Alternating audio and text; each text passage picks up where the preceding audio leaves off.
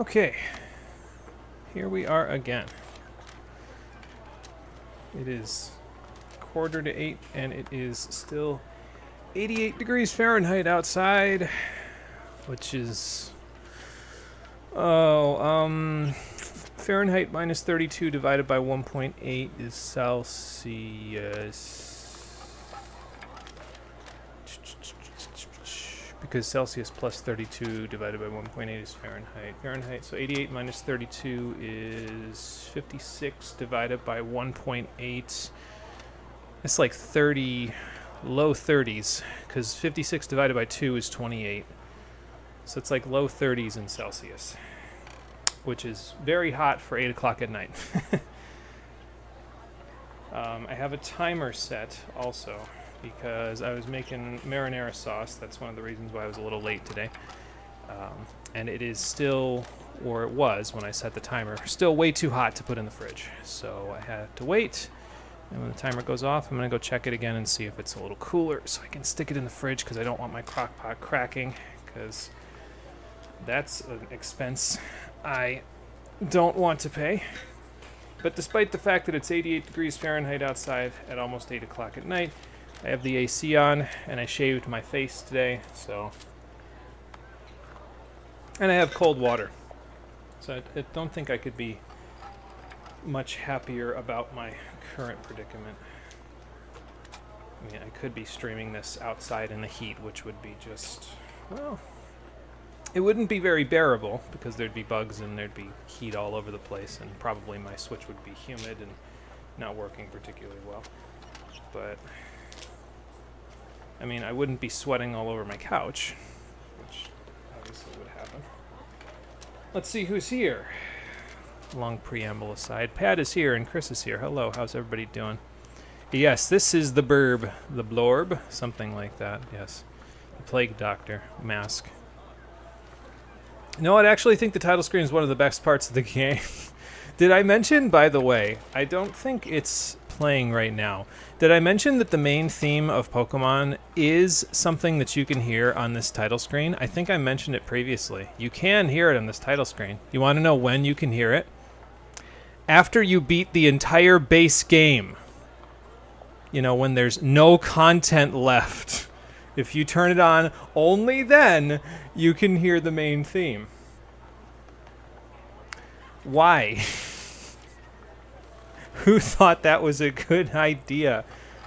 Yeah, we very hot. Clay, what's the word for hot? It's not mauve, is it? Mauve isn't the word for hot in French. What's mauve? I'm trying to remember. I don't remember the word for hot in French. But yeah. Yeah, I don't get that decision either. So, oh, Chris, that was the thing I was going to mention before we started. Because we talked about a Pokemon Mystery Dungeon thing that I forgot completely about last time. So the thing I'll tell you before we start. The one that I was talking about that hasn't gotten an update in a while, I still don't think it's gotten an update, but I didn't look at it off screen. I did remember the name of it just so that way I could tell you. So there's this thing called Pokemon Mystery Dungeon Online, which is basically like Pokemon Mystery Dungeon, except it's like you can play it with your friends. So it's like a fan-made MMO, quote-unquote, not really MMO, but they have their own servers, I would imagine. And so somebody made a single-player mod for its... So PMDO is the acronym. And so somebody made a single-player mod for PMDO called Halcyon. And that's the one that I was talking about before. And it really, like I said, the first few chapters of it, it's up to like chapter 4, I think, at this point. And the first 3 chapters really kind of gave me that, wow, this is like if Explorers of Sky had a script that didn't make me want to throw up. That's another thing I can talk about at some point as well. But yeah, no, it really harkened back to some of the older Pokemon Mystery Dungeon, like when I enjoyed the series. I've soured on the series in recent years for reasons I can talk about, but yeah, so if you want to look up the one I'm talking about, it's called PMDO Halcyon, Halcyon. If you just search that on Google, it should show up. I think you have to install Pokemon Mystery Dungeon Online first, or at least download the application, and then you can like get Halcyon afterwards. There's a whole FAQ, I remember, though, that it talks about how to install it. So, yeah, Pokemon Mystery Dungeon Online. Yeah, there's an online application for Pokemon Mystery Dungeon. Sounds pretty swell. I didn't give the actual online component of it a try, but I can vouch for Halcyon. It was pretty good. This game, on the other hand, does not require an application, but it does require being installed on my Switch, and I'm still, the jury's still out on whether or not that's a worthwhile install. We'll get to that in the credits, which probably won't happen today. It'll probably be tomorrow. How you doing, everybody? Welcome back to Pokemon Violet, the Stream Edition. I figured, having asserted my dominance at the Pokemon League last time, I would stand at the pinnacle, but, well, that's the pinnacle, and it's low-resolution textures with basically no shading whatsoever. So I said, no, let's just stand out here, because this is far more dangerous. So yeah, last time we beat the Pokemon League. There's 2 main important battles left for us to do. Those are the battle with Team Star's boss, Big Boss, at the school, and the battle with Nimona. And both of those are in Mesagoza, but there's still like 10 trainers that I want to go fight at Casseroya Lake. And I decided today, because I don't feel like doing the finale today, along with those other things, because I'm not sure if we get them done. I decided today we would go look into those shrines. So I have a map on my phone that will show me where the stakes are for all the shrines. So yeah, like you can see here. Sorry, I'm piloting one-handed. There we go. So here's the big boss. Here's Nimona. But what we're going to look for is all the stuff out around here. I'm probably going to go down by the lighthouse first, because there is a shrine, the Grass Wither Shrine down here. And we'll look around this area for the stakes. Like I said, I do have a map for that. But we'll do that after we're done at Casseroya Lake. We're going to go back here first, and then we'll go from there. So let's just go back to this watchtower, because this is around where we stopped last time. It was on the opposite area, the opposite cliffs, but yeah, we'll go from there. But yeah, and I didn't say it. Hello, Marie. How you doing? Welcome back. So,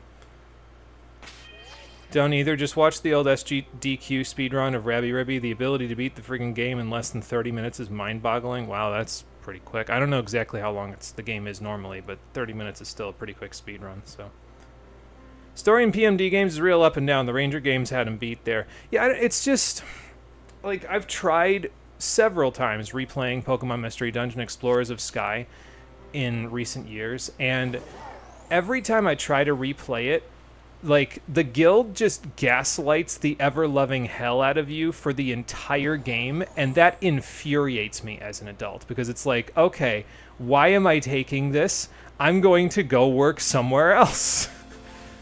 Like, it never stops being infuriating to me, and I don't know if, like, I just didn't notice it as a kid, or what the case was, but, like, and then, you know, I looked it up because I was like, wait a minute, what's going on with all of this? Like, I thought I really enjoyed this game as a kid. Did I just not notice it? I looked it up, and I think one of the reasons why it infuriates me so much, especially in recent years, is because it was made by the same people that made Danganronpa. And I've actually played Danganronpa, the first one, for the stream, and I had to stop playing it after 3 streams because the story was infuriating me so much.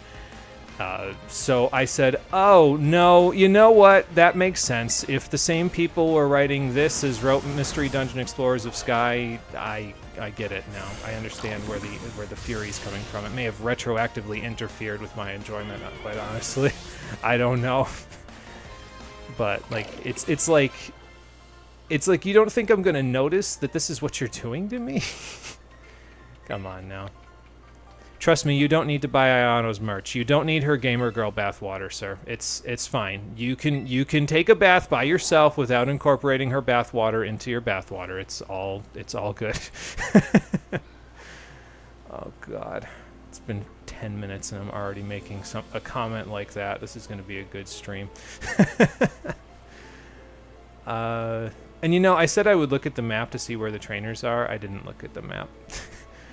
I know there's like 10 trainers. That was one of them that we just fought. I know there's like 10 trainers total, but I did not look at... I looked at a map to show where the stakes are, which is not our first objective, but I did not look at a map to see where the trainers are, which is, you know... So the map for the whatchamacallit is our first objective. The map for the trainers that's our first objective. Then the map for the shrines is our second objective. I did look at the map for the second one, but not for the first one. I think there was a trainer on the path, though, if I remember correctly.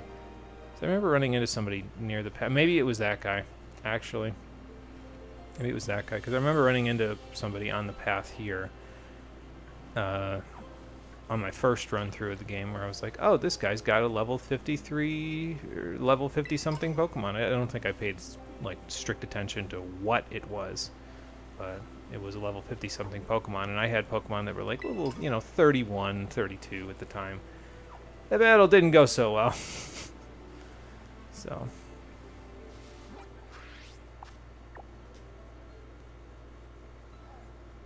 you were annihilating a mosquito. What happened? Oh, dang. Yeah, I mean, it's like I said, I think it's just me, honestly, with the stories of me not liking Danganronpa and the story of that one, me souring on it. So, like the gameplay more than the story. You want me to be honest, once you started seeing the ending, you were going to turn into Mystery Dungeon 1's ending, just cried because you knew it was going to happen. And that made it worse. Yeah, I do remember that. And honestly, the thing about Mystery Dungeon 1 is that the writing of Mystery Dungeon 1, like thinking back on it, now, granted, I haven't played this in like a million years at this point, but the writing in Mystery Dungeon 1 didn't really infuriate me until after the credits. The ending was really good, but then after the credits, like, well, spoilers, so if you haven't played the first one, you have 10 seconds to get away as I get ready to fight this waiter. Yeah, okay, there we go. Yeah, so after you do the ending, well, once the game ends, you leave the Pokemon world to go back to your world. And then after the ending credits play, your main character pulls a 180 and goes, I don't want to go back to the human world. I want to stay with all my friends in the Pokemon world. And then it just, him whining and not like realizing that, oh, I'm needed in the human world too. Him just whining to himself in a soliloquy causes him to return to the Pokemon world, which just feels like a cop-out. Like, I understand it's probably being done for gameplay purposes so you can play in the post-game. But if you wanted to do that, just make him go back to the human world and then give him like, oh, you can freely travel between the two now because you're a dimension hopper or some... Like, it doesn't have to have a story reason. Just the one that you gave feels like the biggest cop-out you could possibly have after setting the stakes so high in the ending. So... no, because usually lakes don't have salt. Well, there are saltwater lakes, but usually they are either freshwater or saltwater, whereas ocean water is exclusively saltwater. Because once salt gets into it, you can't really get it out. So, let me see what I missed there. Link moves are so cracked, especially for boss battles. Yeah, link moves and paralysis in Mystery Dungeon are both really good. So, Browser Meowth, Link Screech to Fury Swipes, nothing stood a chance, not even Dialga. 4 power points to use all your moves in one turn? Nah, they fine. Have a post-game. Switch to the partner Pokemon. Duh. And that would have been a cool thing too, like have the partner, make the post-game story about the partner Pokemon, like trying to figure things out without the main character. I understand that, the whole thing about the game was, oh, well, the combination of you and your partner is unbeatable. Oh, hang on, my timer's going off. But, like, I don't know, make the story about figuring things out when you're separated. I think that would be interesting. So, Gates to Infinity was funny. After you beat the game, you can, in fact, choose to not go back to the Pokemon world. And I think that deletes your save. I think I would have liked that better, honestly, because it's like, well, do you want to go back? No. What do you mean, no? We're going to delete your data if you don't go back. I really don't. You ended the story in a conclusive way. Why would I want to go back on that? Okay, we're going to delete your data. Okay, bye. Use that character growth we spent the whole game on. Boy, that would be nice. But we don't get that. But, I mean, I already sort of talked about this when I talked about... Because when we played Danganronpa for the stream, there were, like, story events in between the trial and the murder and everything else that was happening in there. And there was one story event in particular that I remember. I don't remember the name of the character, but there was a story event with a character who said, because you're locked in this school, right? And there's no way out. Like, all the vents and everything like that are, like, sealed up, except for, like, the ways to get you to breathe, and that's about it. But the one character says, I saw a mosquito the other day. And I wanted to, like, double down on that, because it's like, okay, this whole place is sealed. There are no bugs in here whatsoever because they can't get in because they sealed this place off. But you saw a mosquito in here the other day. How did it get in? We can find a way out if we pull at that thread, and you'd get no conclusive anything out of that at all. Like, as far as I've been told anyway. It didn't happen for the time that I played, but that comment means nothing. It goes nowhere. And then don't put that in your game. If you're going to make that comment and I can't pull at that string in a mystery game, don't put it in. All right, before I keep complaining about Danganronpa while we run around this 15 FPS lake or less, let me go see if my sauce is cool enough to put in the fridge. Hang on.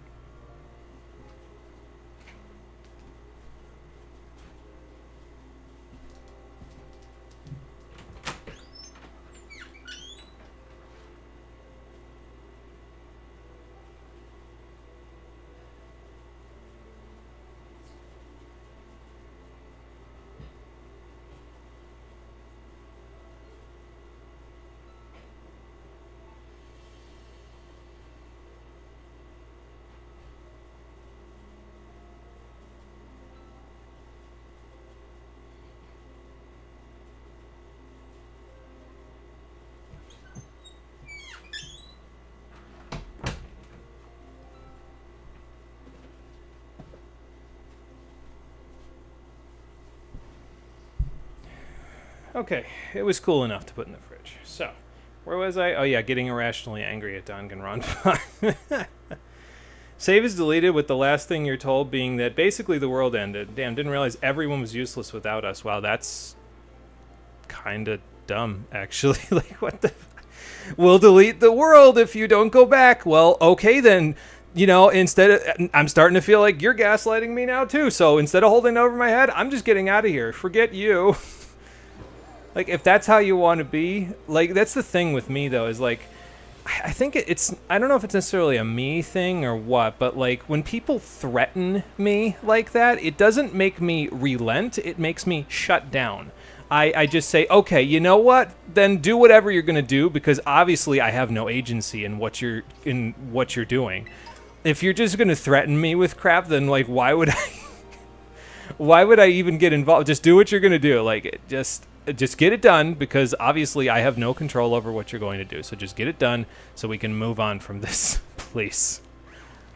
So, oh, here's one of the stakes right here. I wonder if I should pull this out now. No, I think I'll just remember that it's here for later. And I'll come back to it, because I don't feel like doing that part now. I mean, I guess I could while we're wandering around Casseroya Lake. And we could do that one as the first one. You know what? I'm going to pull it out. Excuse me, because... just thinking about it, it doesn't make sense for me to have to wander around this lake in circle a second time just to go get that shrine. So let's get this one while I'm thinking about it. Alright, so here's stake number 1. I think if I remember right, there's a yellow one over by Cascarafa as well. I could be wrong about that.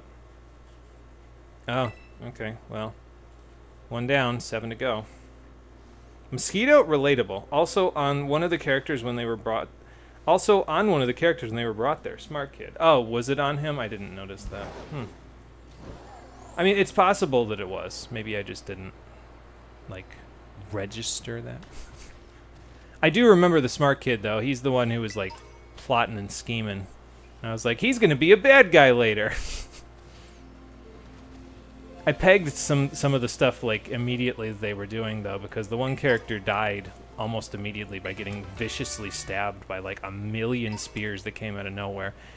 And I forget exactly what it was she said, but she said something to that basically made me look at her and say, you know something you're not supposed to know. Like, you know way more than you should. And as it turns out, she was a major important character, and her death was all part of the plan of the video game. So I think there's I was gonna say there's a trainer on this island. I just have to find them and go from there. Sir, do you want to eat a tatsugiri? Like, that's really mean. Tatsugiri never did anything wrong. I understand that it is literally sitting on a bundle of rice, but like, leave it alone. Oh good, now it's rubbing it in my face that I can't get a Scizor without Nintendo Switch Online. Lovely. Roxas, please delete this bug in Steel type, please. Wow, the landscape here's so pretty. All 900 polygons of it. Video games are so detailed these days. Oh, God. And I'm sure it runs at a better processing power on the Switch, too, but you can't fix this game's problems with higher processing power because it has some fundamental issues that can't be fixed by that. Love how the stakes crumble to dust only after you disturb them. I mean, if they're that old. Yeah, I guess it's just like...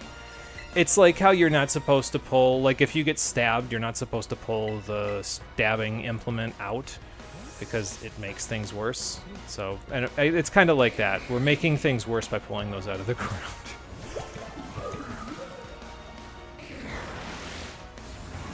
See, now I really want to go back and see if you're just BSing me about the smart kid having a mosquito on him or not, because I don't remember that in the dialogue or not. Like, whether he said something in the dialogue, like, oh, I had a mosquito on me. Maybe it was in an event that I just didn't see. I don't know. Because I guess that would justify why it was there, but at the time I was like, a mosquito? How in the hell did that get in? Can I pull at this thread? And the game was like, no! We're gonna make you hold this kid's hand for 3 hours while he doesn't understand what the trial is, even though you literally figured it out in the first 10 minutes. Yeah, that sounds about right, honestly, because Tatsugiri and Dondozo have a... well, they have a symbiotic relationship, actually. He wasn't being eaten. Oh, and I should say...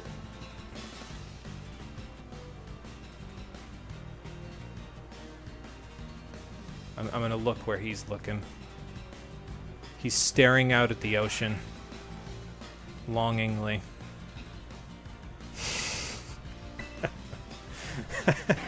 Sorry.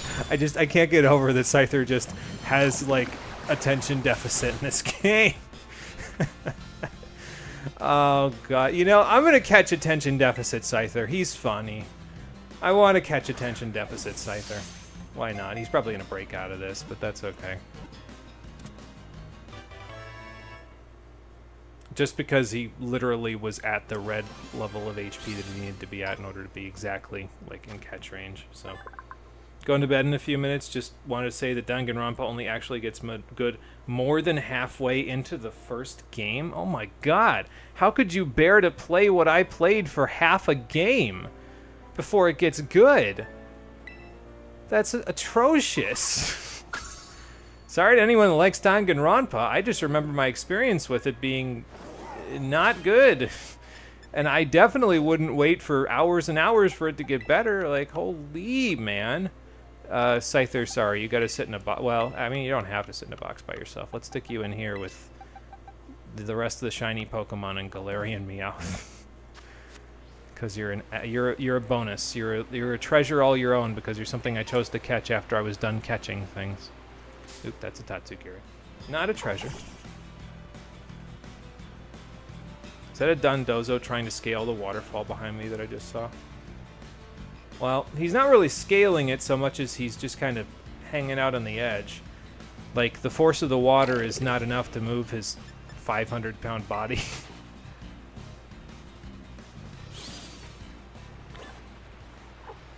Yeah, it's something like that. Anyway, I'm gonna get out of here before that Veluza decides it wants to eat me. There we go. Oh, because people liked the first half, it just gets better by the second half. Okay, see, I was under the misunderstanding then, because I was like... I don't know, I figured people had a similar experience to me, and then they just toughed it out until the second half. But apparently, I mean, if they like the first half, that's cool. I can't really, you know, can't really judge. I know what my experience was, and it wasn't good, but, you know. And I think, honestly, I might be slightly spoiled when it comes to that stuff, and I talked about it when I actually played the game, but, like, the visual novel that I played afterwards was Pyre, and if we're going from Danganronpa to Pyre in terms of visual novels, like, it's...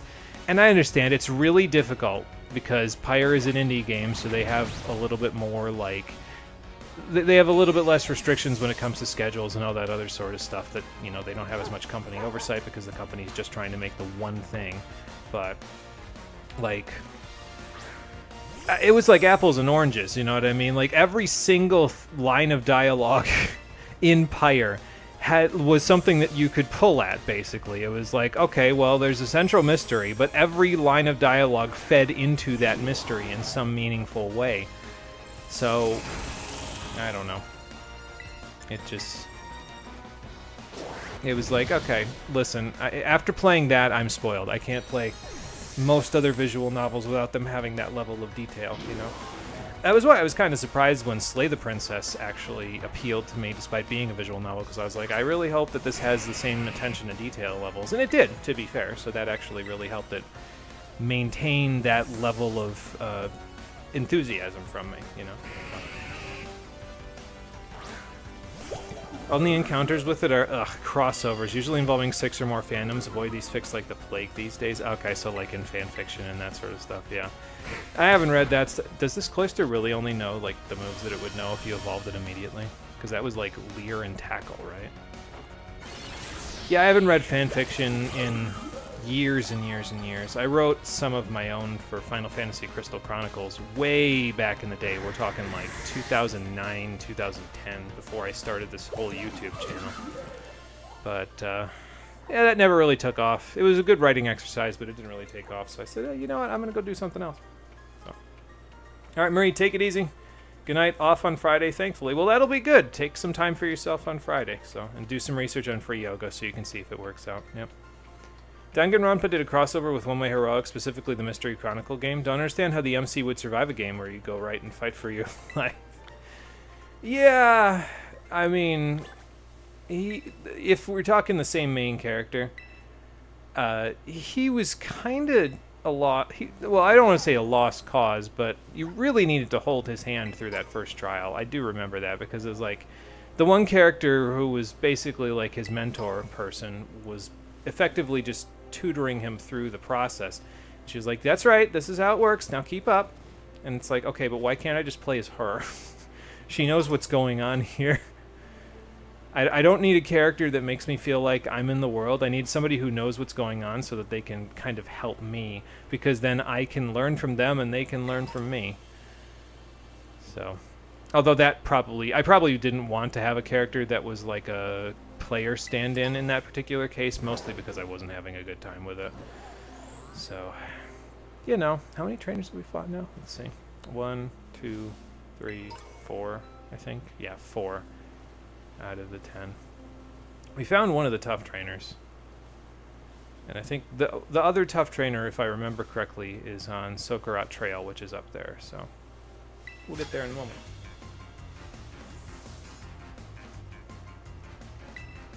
Yeah, about that. I kind of knocked it out, so. Why is a dragon tamer interested in a false dragon anyway? I mean, it says false right in it. Are you just trying to figure out why it's being called a dragon, even though it's a false dragon? I guess maybe from an anthropological standpoint, it could make sense as like or a biological standpoint as like a studying thing, you know? Alright, so this Haxorus should be legitimate, because the other one that we saw was, what, like level 40? Like, okay, ma'am, where did you catch this?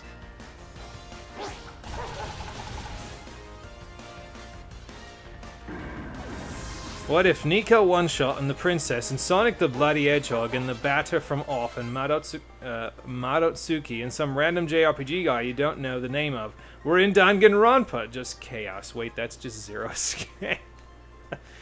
I've heard some good things about Zero Escape, although I think if I remember right, those were from Marie. It might have been from other people too, but I think Marie talked Zero Escape up a little bit, but I don't know, ask people who gave it the name False Dragon. But yeah, I've heard good things about it. I don't know if it's written by the same people. A big nugget. Nice. And while I'm here, we have to make a quick stop off, because it's not just the Sokarat Trail that we're going after. In case you forgot, we're missing exactly one of the 10 sites of Paldea. And as it turns out, it's all the way down here. In the very corner of the map, here it is. The Gracia Stones, or Gracias stones? Gracias. I get it. But yeah, this is the last of the 10 sites of Paldea, is those stones over there. Gracias for finding this out-of-the-way piece, is what they're telling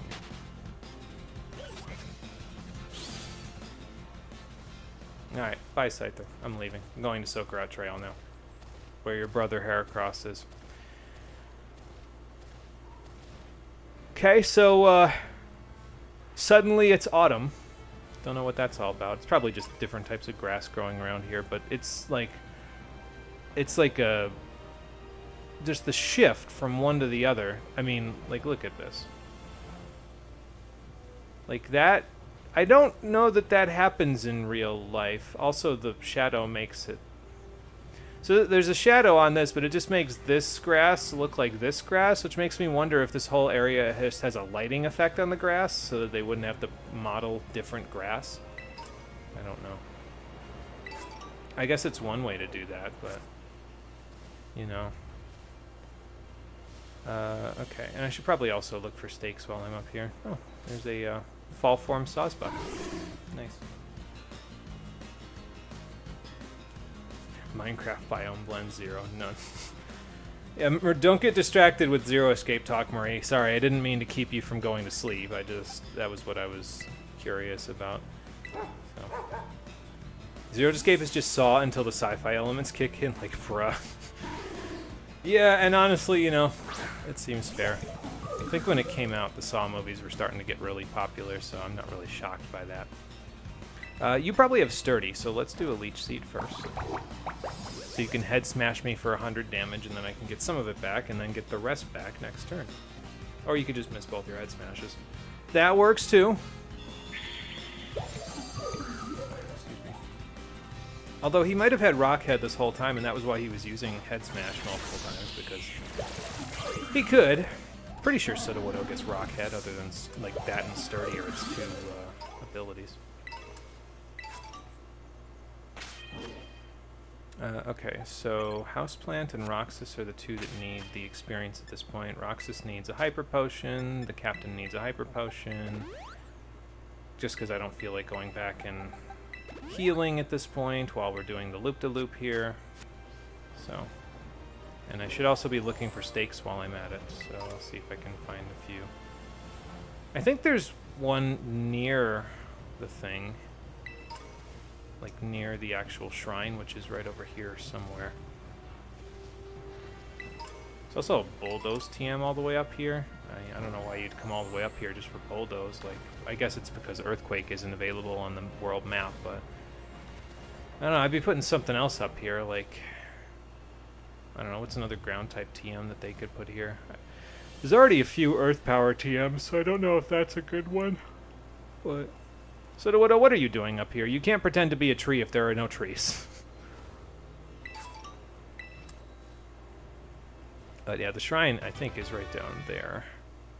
Yep, there we go. You can very vaguely see the yellow glow. Oh, there we go. Now you can see it better. So that's where it is.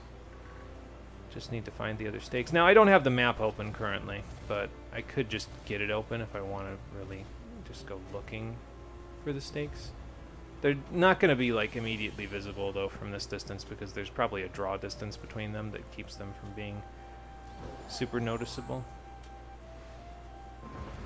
I'm just going to focus on my current objective, because if I try to do this and that at the same time, we're just going to end up not being able to do either one. So let's just focus on the current objective, which is fighting trainers. Once we're done with that, then we can go after the stakes, because I can literally just keep the map open. Oh, hang on. Squidward run? Do it! There it is! I don't mean to scare off poor Toadskull, but the Squidward run is pretty funny. Also, Sudowoodo, you're surprisingly quick considering you have, like, base 20 speed or something like that. Alright, there is another trainer up here. A tough trainer. I think there's at least 2 on Sokarat Trail. I want to say maybe even 3, but I could be misremembering. Gotta be around here somewhere. I'll just collect up the items even though we don't really particularly need them.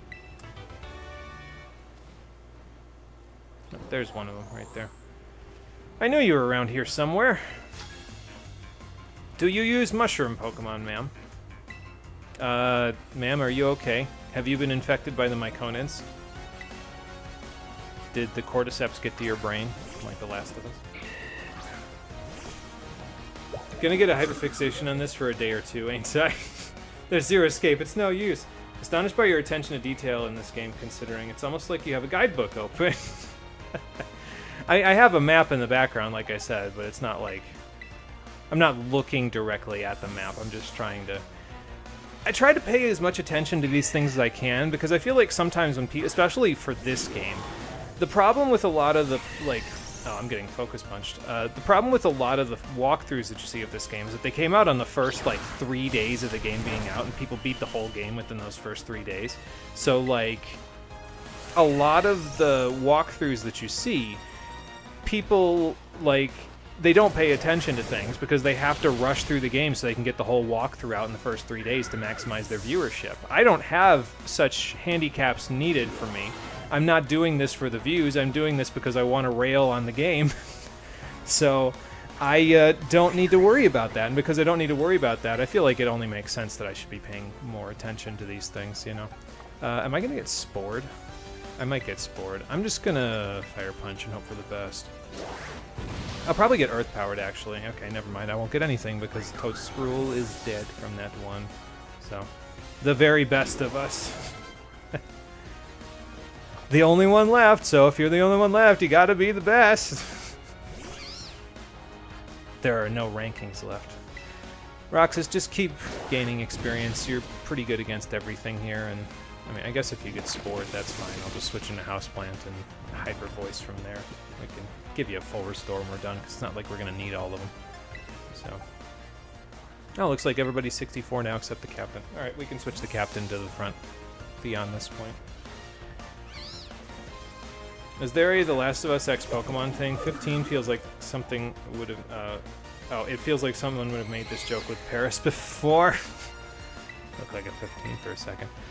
Yeah, honestly, I feel like after The Last of Us, if anyone was like a Pokemon fan and then they played The Last of Us and they were a really big fan of that, I feel like it could have been a joke with any of the, like, any of the mushroom Pokemon, like Fungus or any of that sort of stuff.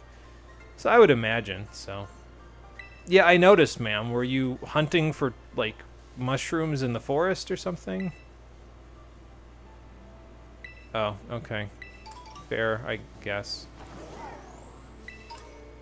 I suppose everyone has something that they find adorable. I don't know if I could find a Mungus adorable, but... You know, I don't want to judge. I'm trying not to judge. I'm failing, but I'm trying not to judge. Alright, Captain, you're just a little off of 63. There won't be trainers up there. There might be stakes, but there won't be trainers. So I just have to remember that I pulled that one stake out already. And then that should help a little bit. What if there's a trainer on this plateau? No, there's not. Actually, there might be a trainer up this way, because there is a path up the mountain here. I'm going to go look. I don't think there is, but I'm going to go look anyway. I'm also going to freeze because I have my spring outfit on, but in case it wasn't immediately obvious from, you know, the fact that I've grown quite bored with this game, I don't even really remotely care at this point. I'm just kind of like going through the motions to get the game done with because I'm so far beyond the point where I no longer have any... Oh, this is the Ironhead TM. Yeah, I remember, because I came here to get this previously, and then there's one down here. Yeah, is this Swords Dance? No, Icy Wind. Swords Dance is over closer to the other side there. And there's another TM right here. Sleep Talk. Alright, that's fine. Okay, trainer there. Is there anybody else up the path here? I should not be dashing. If I dash, I'm going to run directly into something. Like those boss stiff over there. Ooh, almost ran into Toadstool while I was at it.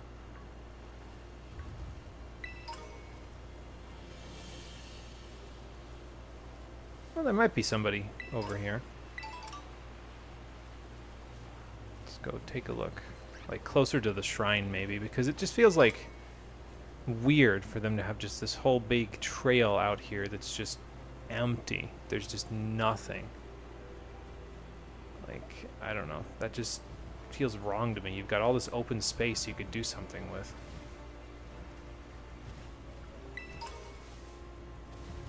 Climb up here, actually. I'll get a better view. Because trainers pop in faster, draw distance-wise, than everything else does. There's the shrine again.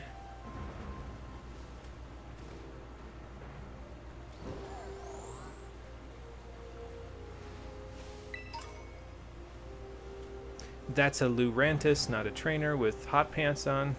Or boogie pants? I don't know. Whatever those would be called. That item was probably supposed to be on the ground, but it was glitched into the wall instead. Oh, this game. Yeah, there was just nobody on that whole southern half of the trail. I mean, there was only like one trainer on the north half, but just follow the path and nothing. All right. I mean, I guess if that's what you want to do. Seems like a waste of space to me, but okay. No. And maybe this is more lively on the Switch too, where the processing power lets there be like 50 Pokemon in front of you. But I don't know, I feel like that would kind of be a problem just for traversal, you know what I mean? Like if there's just so many Pokemon that you just end up running into a million of them, I don't think I'd enjoy playing that either, you know? Like, this feels empty, but if the processing power let 35 or 40 Pokemon spawn in front of me, that would just feel overcrowded. Like, that's not how the woods work, you know? I don't think I can win with this game. I feel like my demands of it are too high, honestly. Oh, I remember this trainer too, actually. She's the one that's got the Chansey, right? Well, you could look at the 10 sites. That would probably be a good start if you're looking for the greatest view. You could also go to Paldea's highest peak. Yeah, she's got the Chansey. Sorry, I thought I had something in my eye. That wouldn't be good. Among Us jokes were a pain in your side for a while. Yeah, I can imagine. And as someone who still hasn't played Among Us, I don't really necessarily get why they were funny, I guess. But, like, I mean, you know, if people think they're funny, that's fine. I don't want to take away people's fun, but it seems a little silly. Hey, who turned out the lights? Yeah, really.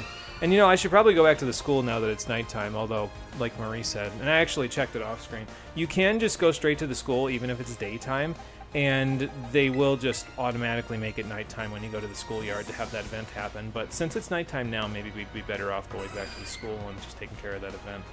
We're almost done with the trainers here anyway, so. I'm gonna say it, we shouldn't have to ride Miraidon everywhere. There should be walking options or something. Trainers should make sense. Like, why is this guy even here? How? Yeah, like, I mean, I'm not saying that the trainers here necessarily need to be, like...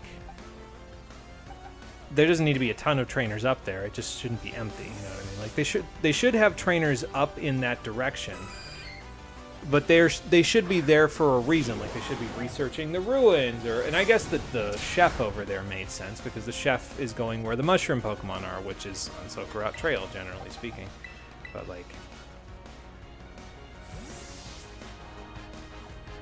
As for this lady, like, you know, searching for the, you know, the greatest view in Paldea, that's fine. You know, she would be going far and wide, but she is a Chansey. So, like, how did you get this far on the back of a Chansey? Did you only fight special attackers between here and there? How many Pokédolls have you used since you got out of Mesagoza? And I mean, you can walk without Miraidon. It just, the region is so gigantic, where I feel like if I had to walk everywhere, especially like, and there's certain, obviously, places where climbing up rocks or anything like that, or swimming, you have more options if you have Miraidon, but I don't know, I just feel like the region is so open that if I had to rely on not using Miraidon, I'd be here forever, you know? So, I get what you're saying, though. I think there should be other options. Like, in Let's Go, they had options when it came to traversal, because you could ride on several of the Pokemon, and you could also surf on several of the Pokemon, so like you had options there. But here it's just, hey, here's your legendary, and it's a motorcycle, go nuts, you know. 1-star Terra Electric Nimble all the way up here. I mean, okay.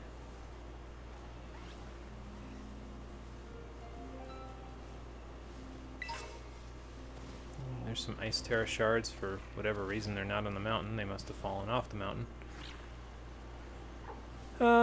Okay. You know what I should do is I should probably try to find, like, a point that's... you know, Casseroya Falls is right there, actually. So we could probably use that as, like, a cutoff point. So let's try to get there. And if we can get there and not see any trainers along the way, then cool. That's when we'll say, okay, let's call it and go back to the school, you know. So. I just have to remember to heal. So I need to go somewhere else to heal first. Then go to the school. Because I can't go heal in Mesagoza. Because if I try to go... up from Mesagoza, I'll end up fighting Nimona first, and she has higher level Pokemon, so... For a second there, I thought that Slowbro was a shiny Slowpoke, but... Okay, and I think this is the last hiker in the entire region, so in case that wasn't something that was clear before that I was doing, I was trying to fight every hiker in the region, so... I think this is the last one. I don't think we missed any of them. They're 32 pixels tall, give them a little character. Have them looking at something, talking to someone, crouching next to soup. Even Bethesda has done this more with idle animations. Guarantee that level of detail is a relatively low bar. Yeah, and I mean, I think you're right, honestly. Like, I think that it should be expected that the world should feel lived in. Why did I use Aura Sphere when I have Water Pulse? Okay, well, it killed anyway. I guess it doesn't matter. I just think that at this point, the trouble with the bar in Pokemon games is that it's underground. You know what I mean? Like it's like they're in this particular case, in this game's case, they were trying to see how much they could cut out of the game and still get away with it. And this game sold gangbusters, so like, yeah, I get that. But yeah, so this game sold so well that now they're like, oh wow, we can get away with almost anything. We can cut out as much as we want and still be able to sell games like gangbusters. So, okay, cool. Take that from you, Slowpoke. So that's the thing that gets me, is that I don't know, like, going forward... Okay, here's a place where you have to walk, because I don't think Miraidon can get across this without falling off. But there you go. More of these, please. More of these challenges where... there's something I have to do without Miraidon, so... I mean, I guess that was literally just walking straight, but whatever. Okay, so... Casseroya Falls, and... yeah, so we'll just come back here, and then we'll go that way and fight the last couple of trainers, if we, find any. I don't even know at this point, honestly. No, I was gonna go up there and heal, but that's too cold for my uniform. Luna, a.k.a. Knight. That's appropriate. Oof, yeah, really, I know. Oof is right. I wish it wasn't true, but oof is exactly how I feel. It's one of the reasons why it's like, I'm just done. You know what I mean? Like, I'm just done with this series. Like, I thought I was done after Sword and Shield, because I said it when I played Let's Go. I said, you know, they drew in the Go crowd with Let's Go. With a game that was actually, I thought, pretty good. Like, the capture mechanics in that one were very unique, and it definitely helped break up the monotony of just trainer after trainer after trainer. And then they made Sword and Shield, which, from my understanding, was originally meant to be on the 3DS, and was entirely, again, in my opinion, an inferior product by comparison to Let's Go. So I said, no, I think I'm done at this point. And then this game came out, and I was like, well, there is something here. And there still, I think, is something here. There's little bits and pieces here and there in this game where you can see potential, but... God, there's so much of the game that you have to slog through to see those pieces of potential, you know? So, let's see here. Oh yeah, I forgot I gave Shaylee a clear amulet, so that way, there's a strategy that the next opponent uses that might make her sweeping a little bit more difficult, but I don't even know if she's gonna sweep. I guess we'll see. Let's Go actually felt like a complete product is what it is. I mean, you're probably not wrong, honestly. Like, Let's Go just, yeah, it was its own thing. And I think it was because of the fact that they didn't have to restrict it, you know what I mean, to the same stuff as, like, oh, we gotta go see Nurse Miriam as well. Hopefully I remember to do that. But schoolyard first so we can get this done before morning. And I feel like when they don't make the main series games feel like an obligation now, whereas the ones that they make on the side feel less like an obligation. Which is why they put more effort into them. In which case, maybe they should just make side games then. I know, there's a whole merchandise mecca that they have to help float, but like, good lord. Oh, I mean, you don't have to hide yourself under the hood. I know it's you. Penny. I would say, are you waiting for Cassiopeia too? But yeah, no, this is honestly not really all that shocking. I mean, you literally said I'm good with machines and hacking and stuff the first time we met after me saving you on the school grounds, like on the stairs there. We met during the Team Star fights. You shouldn't have said you were good with machines and hacking and stuff. That just gave it away.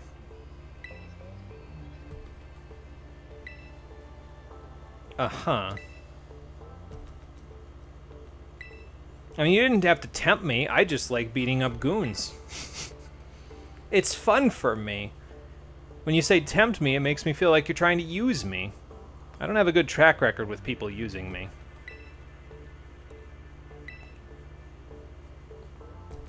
All feels like it fell right into place for you there, huh?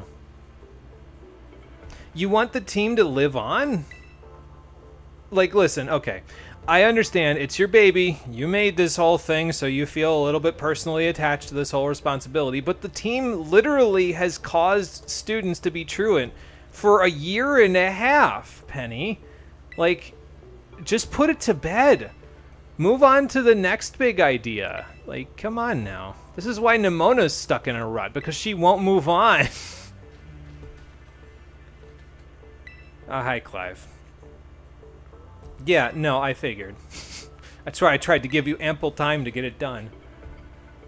You know, you'd think he'd dye his patch on his beard as well, so that doesn't... I didn't really notice that. Like, I didn't clock that, and his eyebrows, actually, so that would probably be a pain to dye, but I didn't clock that until just now. I don't know why.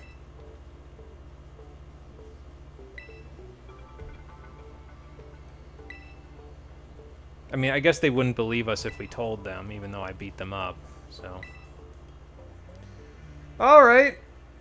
Live in front of a studio audience, the leader of Team Star.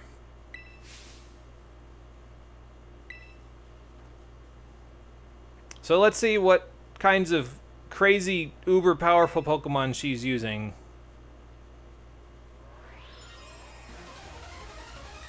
Spoiler alert, you've seen the pre-evolution of it already. It's on her back. Her entire team is Eevee evolutions. Not all the Eevee evolutions, of course, because there's 1, 2, 3, 4, 5, 6, 7, 8 Eevee evolutions, so she had to skip out on 2 of them, which is a little unfortunate, but it is what it is. So. Here's the strat that she uses. If you want to call it a strat, all of her Eevee evolutions know Baby Doll Eyes, which has priority, and reduces your attack by 1. So normally Shaylee would have a little bit of trouble sweeping with that, but we have Clear Amulet, so. Also, Penny's theme is really good. I'm really used to it myself at this point because Shroom Raver, who was here for the first stream, he uses this in all of his as the backing track for all of his competitive Pokemon battles. So I'm really used to it myself, but it is a very good track. I don't want to make it sound like it's not good. It's got all the things that make the other Team Star battles good in it, basically, and it's got that sort of like... I don't know how to describe it exactly, but it feels like something that Penny would listen to on the regular, basically. At this point, if they just made more stuff like Snap, where we watch Pokemon be cute / in action, they'd still be well off. There's untapped potential in seeing the actual details of the world. I agree, honestly. There needs to be more just like attention paid to the details of the Pokemon world, because I think people would really like feel attached to that, you know. So. Oh dang, it's the Eevee Pokekid Alpha. Something like that. Alright, I don't know about you there, Shaylee. I don't think you can quite KO this Vaporeon at +1. Vaporeon is tanky as all get out. We'll let Houseplant do this one. Her character's kind of in this, but her character design is adorable and really shines in a more domestic setting. I think the interesting thing about Penny is that I think out of the 3 main rivals, I like her the best. It's just she doesn't get any screen time hardly. Like, you see her for a combined total of 10 minutes in her own quest until the very end here. And I mean, obviously there's a reason for that. It's secretive. She can't just say, I'm the boss of Team Star, but like, I don't know. I feel like she needed more screen time to be more fleshed out. Because I feel like if she was more fleshed out, I'd actually like her as a character by comparison to some of the others. Oh, I have something for this Flareon, actually. Hold on a moment. The dogs are play fighting again.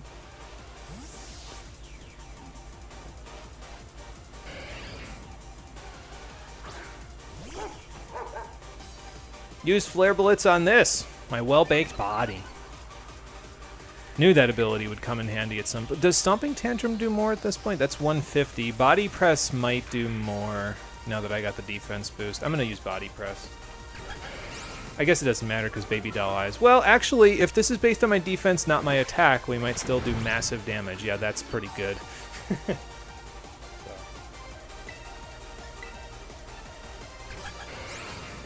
Her studies and her hobbies, and her pet dogs. Yeah, honestly, and one of the nice things, I'm going to get a little ahead of myself here. In the post-game, you can actually see her room, and it is just as disorganized as you'd expect from a character like this, but also her Eevee evolutions are literally all over the room, and you could walk up to them. You cannot pet them or feed them, which is still a problem, but, you know, at least they're there. I'm going to try to wear out the grassy terrain here because Leafeon's getting a boost on it right now, so. And even with a boost, that's all you could do, huh? I mean, I guess I'm at +2 defense, so that's why you couldn't do much there. Let's see. Roxas is good for her final, so I don't know if I want him to take any prior damage.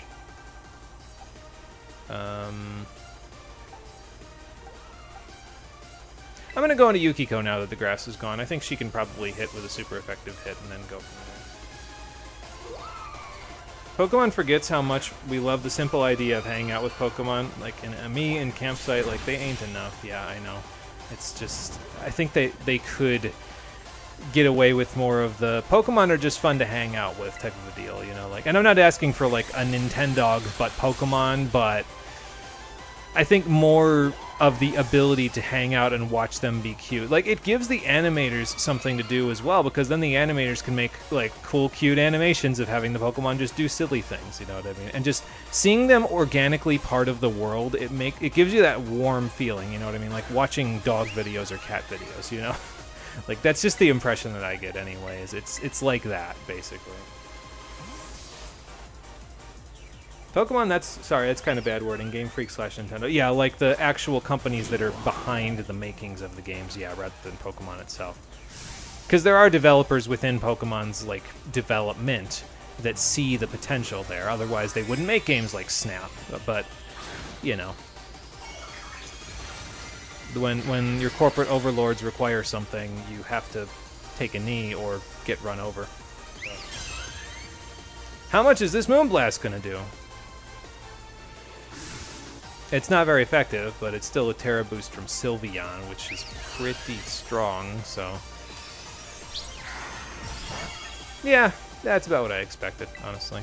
Alright, well, if you're gonna Terra up, I'm gonna Terra up as well. Roxas, it's your time to shine again. Let's bring this one home, too.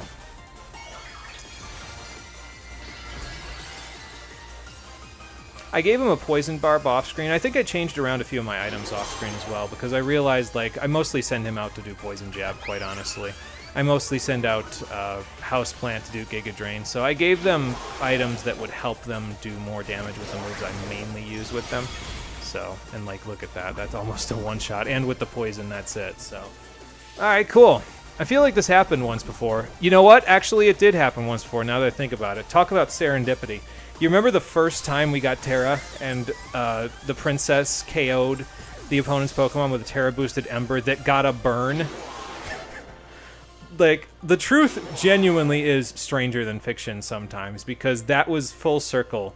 We got our first Terra with in a Team Star battle, had a status ailment proc that ended the battle, The last Team Star battle has a status ailment that procs that ends the battle. You can't make this stuff up, I swear. Now, I know Poison Jab has like a 30% chance to poison, so it's not that unlikely, but, you know, it just seems silly. One of the things they've been doing, by the way, with these flashbacks is they say similar words in the flashbacks as they do, like, right before the flashback begins, but I think they're grasping at straws for this one, honestly.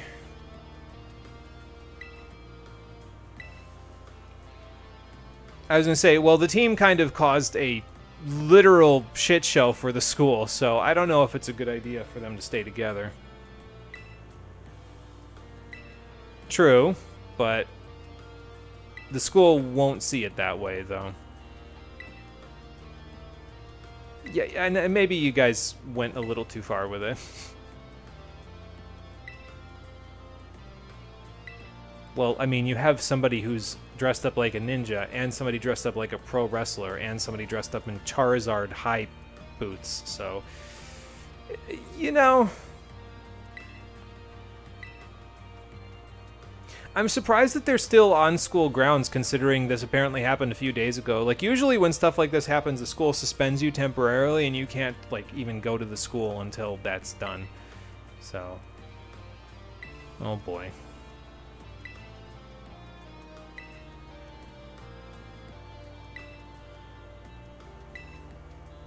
Wait, didn't Ortega say something about how he didn't know people, like somebody took responsibility for everything? Didn't Cassiopeia just say that they would?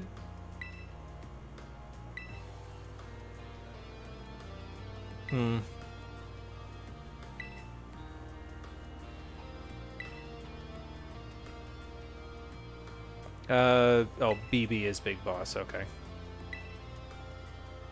I need to go take care of all of the crap that we got into just now. These little meetup cutscenes suck. Give them a picnic table to sit at like abnormal people.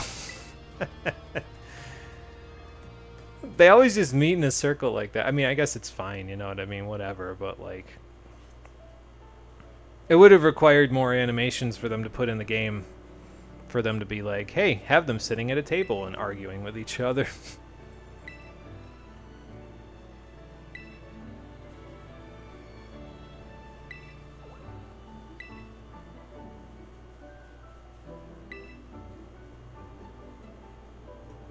I mean, you could have told the new directors of the school, they changed the whole guard around after you left. It's not like, and you would know that actually, wouldn't you? Because when you left, Harrington was the main, like, director, and now there's a different director.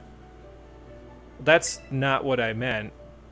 And that's not what I meant either. Why not just talk to Director Clavel? He's a new director. I'm sure he would understand how ridiculous this all is.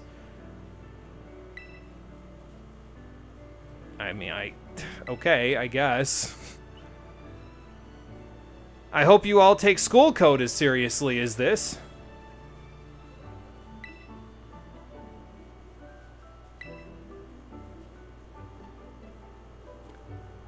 It feels like you planned this out beforehand. Like, didn't you guys make the code before this whole thing went, like, belly up? Because this code is feeling awfully convenient for all of the contingencies you put in it. Like, in case it did go, like, belly up, and then it did. Probably more so than you imagined, but...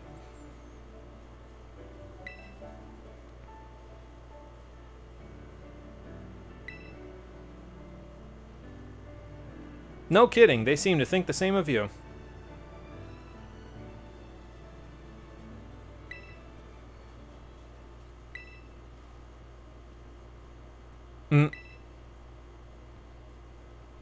What do you mean, old geezer act? You didn't see through this?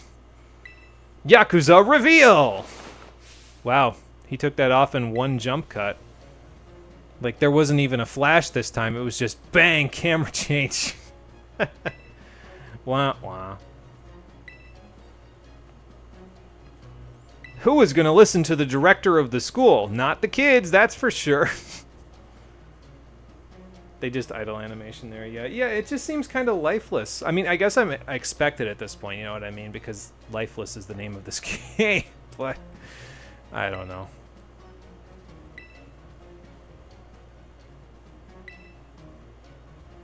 Sure, but I was gonna say I don't know if that's the important part here.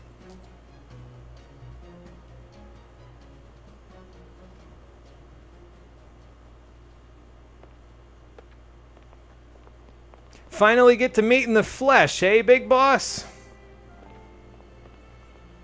They have to teach you the basics of CQC now? I get the feeling Eri would probably want to teach you the basics of CQC in case the bullies came back.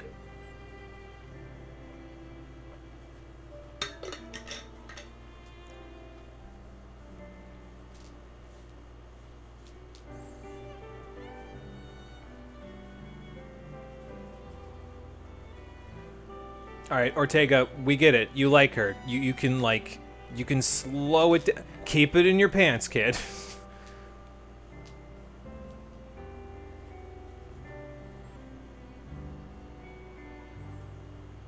Well, finally you get to meet the real friends of yours. How's it feel?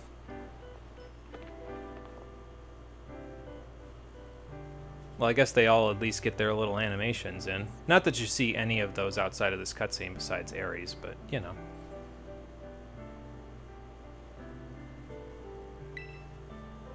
We have to discuss your truancy. Except for Penny, she wasn't really truant. She's been in the classes since then, but, you know. Don't mean to be that guy. But why do we do any of this? Team Star is so forgettable. Yeah. I mean, it's to get them to go back to school, of course, so we're helping the director, but I don't know. There's just something about the team that just... And it might just be because of the fact that you fight these 5 across the whole game, but it just feels like there isn't... I don't want to say it, but there isn't really... Excuse me. A lot here to, like, salvage a storyline for this long, you know what I mean? Like, it just... I've said it before, it's the stretched thin thing, like butter smushed across too much bread. But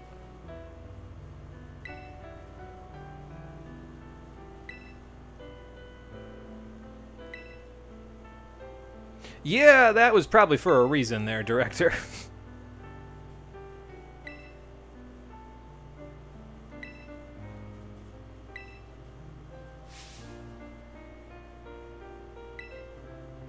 Well, you're not all getting expelled, so that's a good thing. It does mean you're going back to school, though. Oh, and I guess there's that. If you want the team to stay together, the team can stay together. However...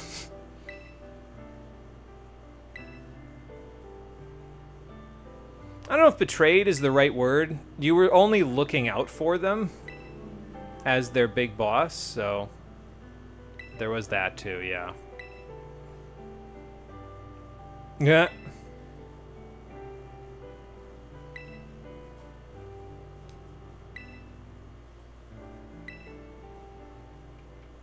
Now, I was not finished.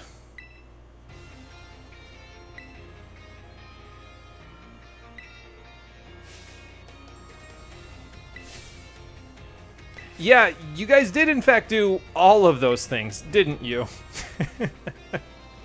We're not gonna expel you, but boy howdy, do you have some things to answer to.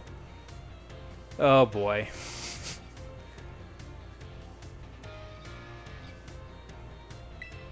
Well, community service is getting it off easy, so...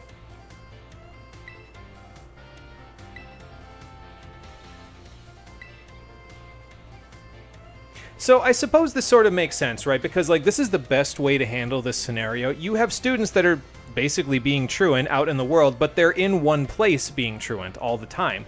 They almost go there like it's a job, so give them a job. Give them, in this case, community service. They don't get paid, but, like... Give them a job. Make these places that they're in almost like dojos, effectively. Training facilities so that, you know, people can get ready for the Pokemon League with them. I don't necessarily... There's a lot of things in this game I don't like, but I think this is probably a well thought out solution for this problem. So... It does feel very Catch Me If You Can, but I mean, that's not the only thing in this game that feels catch me if you can, so... I guess, actually, this is most of the thing that feels catch me if you can, because that's how Penny feels as well, but... Well, isn't that kind of the point? But it is supposed to be a win-win situation for all of you. He's trying to make this as easy as possible. And there's that, too.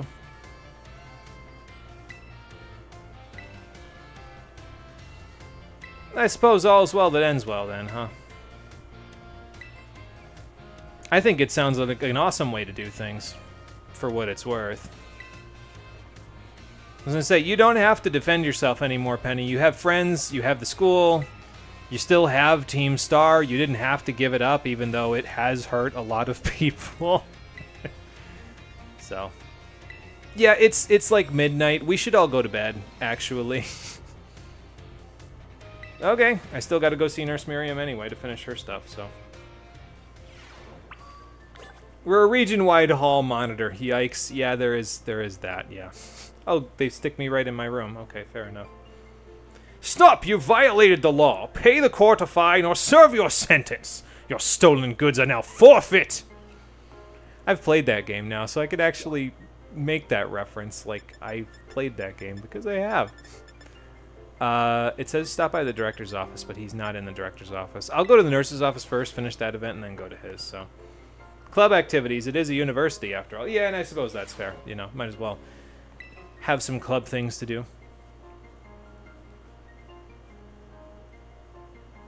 Yeah, I'll be right back. Got a quest to do. Dovahkiin and Pokemon Trainer. Just clasping arms together like... Oh, what was that movie with Arnold and... I don't remember that guy who was in the movie where they... You son of a bitch! And they just slap their giant muscular arms together. That one that people use in the memes. I don't remember the name of that movie, though. It's on the tip of my tongue, too. Anyway. Hi, Nurse Miriam. I'll be glad to have a little bit less crazy things happening right now.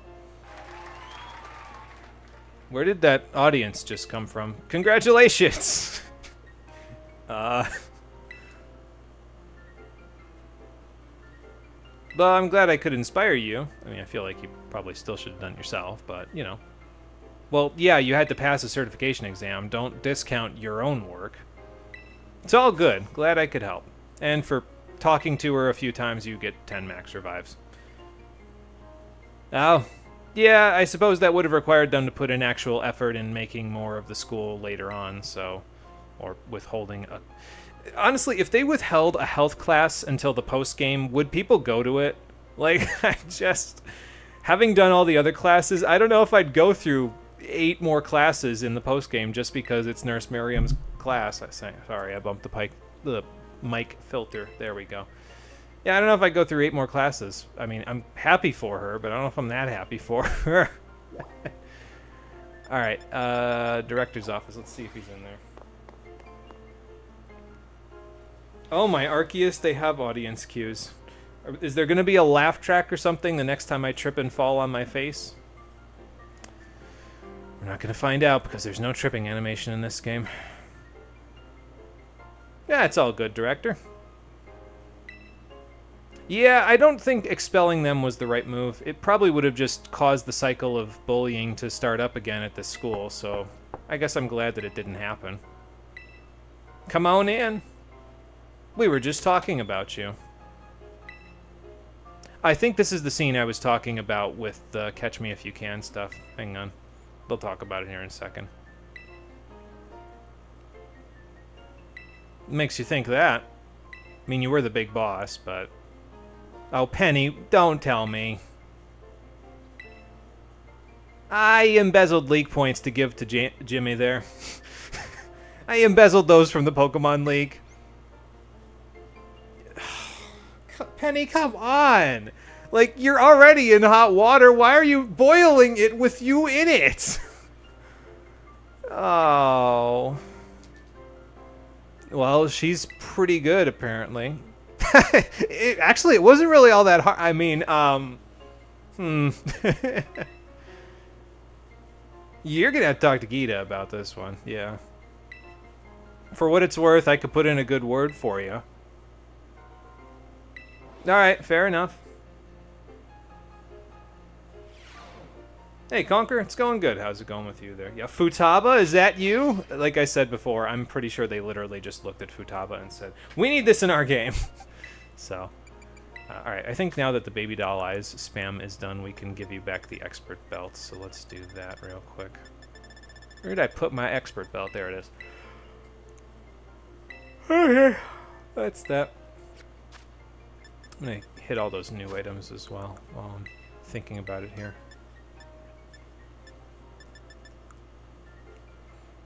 That was it there. And just the big nugget. Okay. How close are you to 64 there, Captain? Because, oh, 2006. Okay, so we probably, if we go fight like a couple more trainers, we should be good. Because Nemona's levels are about level 65. So, is there nothing else in the director's office? Do we have to go? I forget how this works. Do I have to go back to finish this, or? Yes, I do have to go back to finish this. Okay. I have to go back later to finish this, maybe. I don't remember how this works to finish this particular quest line, so... Dang it, you made the no animation joke first. Penny wants to be punished. Oh, God. You get the joke. Doing alright, able to join the stream today, thankfully. Well, that's good, Conquer, and hopefully... I don't know how warm it is on your end of things over there as well, but it is still... probably like 85 degrees Fahrenheit outside at the moment for us over here on the East Coast, so hopefully it's a little cooler in your neck of the woods, because it's quite warm in your neck of the woods normally, even when it's warm over here. I guess it just depends, you know. So, oh, there we go. Hi, Penny. What's up? Okay. Oh, this is how you do it. Okay, you leave the school and then she's at the school stairs. All right, fine. We'll go do it that way. I was like, I forget exactly how... Hold on. How is this going to work? Where does Nemona's influence begin and end here? If I try to go down there to talk to Penny, is Nemona going to, like, absorb me into the homunculus down in the plaza? Oh, God. All right. I'm going to go see how this works. I don't think so, because I think I have to go onto the stairs first before she'll absorb me into her battle homunculus. So. Yeah, whose hitbox is larger here? Well, where are you going? Oh, okay, never mind. I mean, I guess it's memorable in a bad way, but it's memorable. Can't believe they use the word cringe in a Pokemon game now. How so? What happened? Oh, more community service, huh? Well, you know, that's a good thing. It means you literally have a guaranteed job when you're done with school. You can't get much better than that. That's, I was going to say, probably because of the fact that your hacking actually is impressive, even though you don't think it's particularly difficult. That they genuinely can't wrap their heads around it, so. Nah, it's all good. Hey, it's the least I could do. What are friends for, right? Nah, it's all good. Your words are enough, but this is how you get the TM for Draco Meteor. I don't know why Penny's giving it to you when she has a Terra Sylveon, but okay, fair enough. You know, actually, now that I think about it, if her team had a Sylveon with Terra Dragon that used Draco Meteor, it would probably be a lot more threatening, because Dragon Fairy coverage is scary.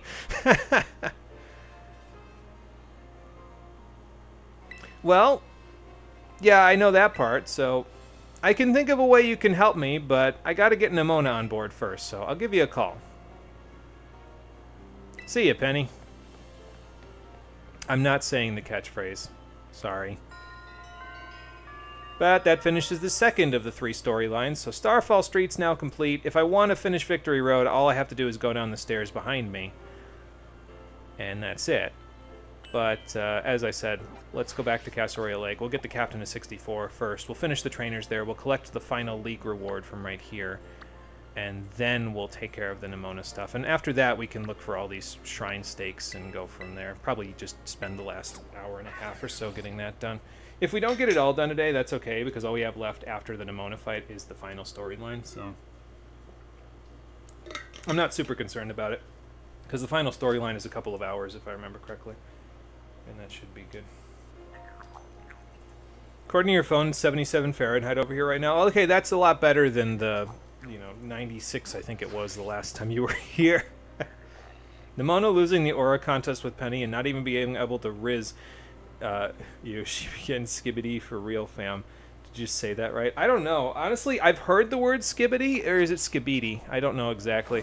I've heard the word before, or I've seen it, because somebody else that I watch has used it a couple of times, but I don't even know where it comes from, if I'm honest with you. I think I'm out of touch. Am I? I'm definitely... No, I don't even have to ask that question. I'm definitely out of touch. Like, I think I just don't know all of this stuff anymore. Like, what the kids say and they do, I'm so far out of it, Oh, I thought you were out of breath, sir. I was going to say, take it easy.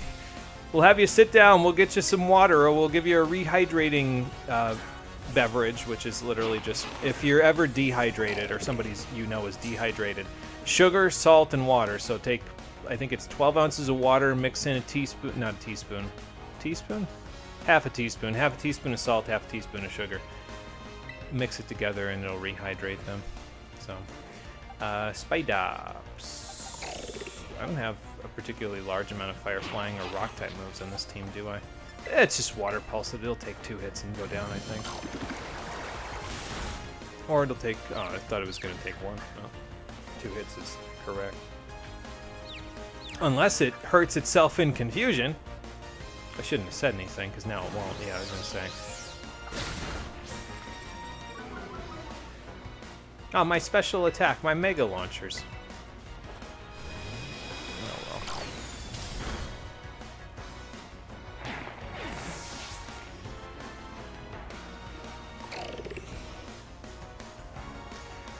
Okay, well, I didn't have anything for this Hunch Crow anyway, so... What do I have for Hunch Crow? Now that I think about it. I guess I have Interceptor. Just play rough. Oh, it's bad brain rot? Okay, gotcha. Well, I don't need things rotting my brain. I've already got other things to rot my brain, so I don't need to add more of that to it, I think. So it's probably better that I don't know what it is then. Don't recommend associating with it? Fair enough. I will keep my brain fresh from that brain rot then. Alright, the captain's level 64. Let's go see if we've fought enough trainers out here now. Are you sure that's not just the salts of you that you lost the battle, or...? Well, you'll have to, because you're an NPC, so you literally won't move from the spot from now till forever, because... There's no versus seeker in this game. You can't refight trainers as far as I'm aware. You can refight Team Star in the post-game, but you can't refight regular trainers, so... But that's all locked to the post-game. We can talk about that when we get to the post-game. So. 4-star... No, that's not 4 stars. 3-star Terra Normal Sableye. Also, something is waiting for me when I get out of this mess here. Hawlucha. Okay. Now the captain could use a little extra experience before we go take care of the Nimona fight. The thing about the Nimona fight that's, I guess, a little bit more interesting than, like, usual is that... Actually, it's kind of interesting, the whole thing, because... So, here's how it works. So for all of Nimona's fights, you don't actually have to win any of them in order to continue with the game. And I'm being serious. Like, if you lose every single Nimona fight in this entire game, you can still continue with the game. She can literally beat you every time she sees you, and the game will still continue. I don't know if there's probably different dialogue or something like that, but you don't, like, black out and go to the Pokemon Center when it happens. The story keeps going. But in this particular battle, 1, you can't lose this one, because then you will just black out and go to the Pokemon Center. And 2, you don't gain any experience in this battle. So if your Pokemon just faints, it doesn't matter, because they're not going to get any experience out of this. I think they do get EVs, but I don't think they get any experience out of it. So Terminal montages, Left 4 Dead video will tell you everything you need to know if you really have to. Okay, I'll just keep that in mind. Things to avoid. What happens if you try to move one of them big Terra crystals? Massive explosion, probably. It's like moving the Sun Crest in Final Fantasy XII.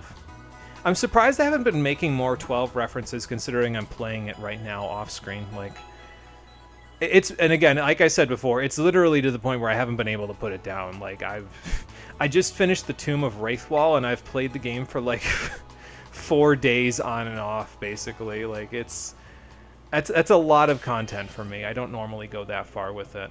All right, let me think about Nemona's team here. Shaylee's definitely good to have in front. Are Stealth Rocks good for her team?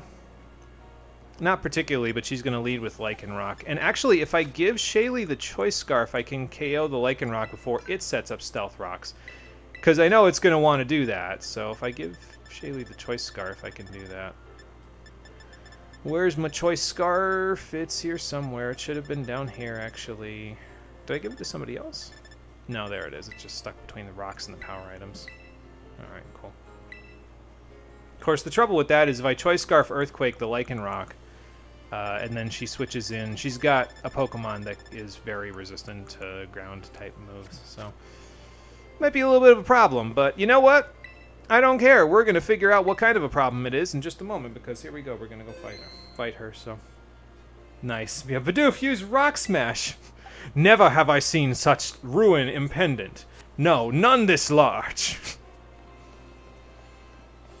We don't have a Judge Magister to sentence it to oblivion in this game, unfortunately, so... Yeah, I don't know. I could see it being a biological super weapon, considering, you know, there's 4 biological super weapons locked behind shrines, so...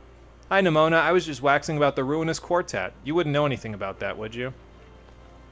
They would probably give you a decent fight. Wow. Quite a few people came out here to watch this happen, huh? I'm sure you are. I'm pretty sure most of the people that are here that are not, like, the gym leaders and the Elite Four members, they're here to watch me take you down a peg. Which is sad, honestly. Maybe if you did literally anything other than battle, you wouldn't have gotten yourself into this mess.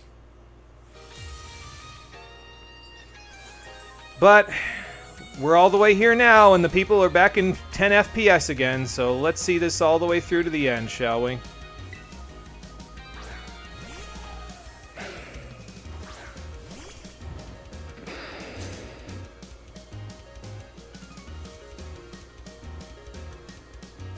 This is why I said we should have had the battle on the beach, Nemona, because then we wouldn't have these randos in the background being so low resolution, so low poly, that they can't even move at full frames.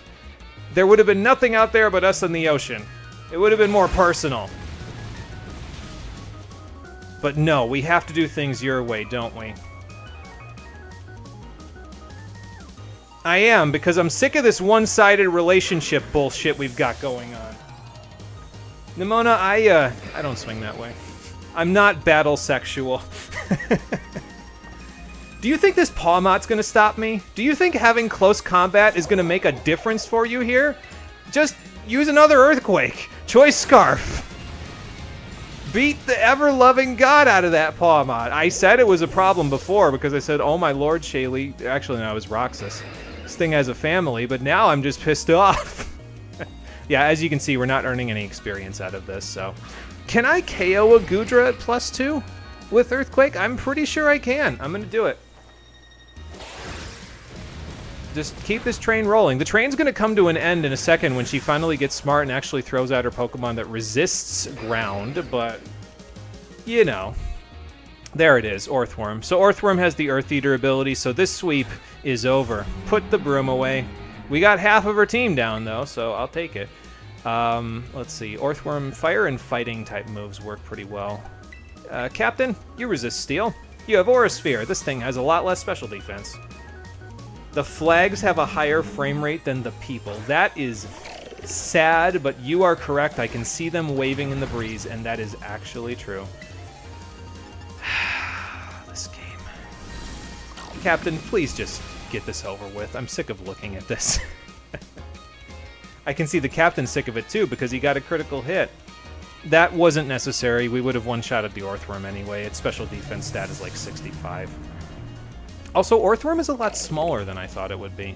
Maybe it's just because we're seeing it as the Titan, and it's a lot larger as a Titan, but like, I wouldn't have expected it to be as small as it was. It's just, I guess it's just long. Can I KO this with Aura Sphere? The Dunsparce is thick, so I don't know. Yeah, I was gonna say. Also, she got one of the rare Dunsparce. Normally when you evolve it, it has 2 segments instead of just 1. But Nemona's, as you can see, has a total of 3 segments, which is like, there's I think a 1% chance of that happening randomly when your Dunsparce evolves. So, if you want one, good luck. I don't care. I didn't get my Quetzalcoatl Pokemon out of Dunsparce's evolution, so I don't even want to evolve it. I'm sure you are. I haven't even broken a sweat yet, Nemona, so let's see what you can do. Alright, we don't have grassy terrain to rely on here. Do I... No, I don't pivot out to Houseplant because that'll give her more power on Flower Trick. I think I just go straight to Roxas. Unless I go to Intercept or to Yawn again like I've done before. I don't want to throw this right at the end. I'm going to go straight to Roxas. I just kind of want to see how he takes this without grassy terrain, because I think he can take 2, honestly, without grassy terrain to boost it. So, kind of want a GIF compilation of the low frame rate and the resolution NPCs for your retro webpage. Just be like, hey, listen, this is how we used to do things back in the 90s. Oh, wait, this is from 2023. Whoops. Let's see if we can take 2 of these Flower Tricks. We're not particularly defensive, but we have a resistance, so... And high HP. Like a capped HP IV that I didn't even intend to get, but we got it anyway. Also, I don't think she'll use Flower Trick again after this, actually. She'll probably use Night Slash or something. Yeah, we can take 2 of those.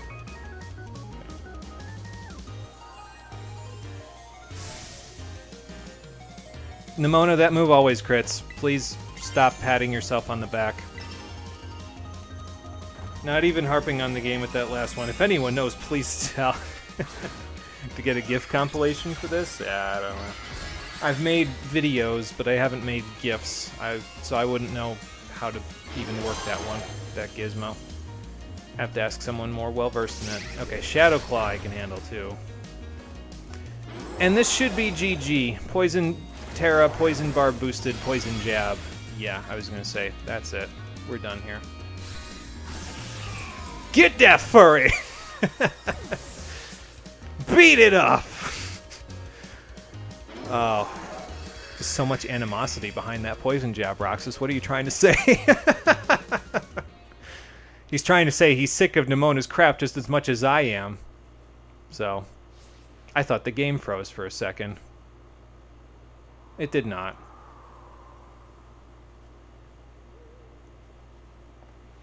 Are we done now? Can I go home now? Because that was a cinch. Please stop saying legit. You're going to trap this game in 2010 lingo if you keep this up.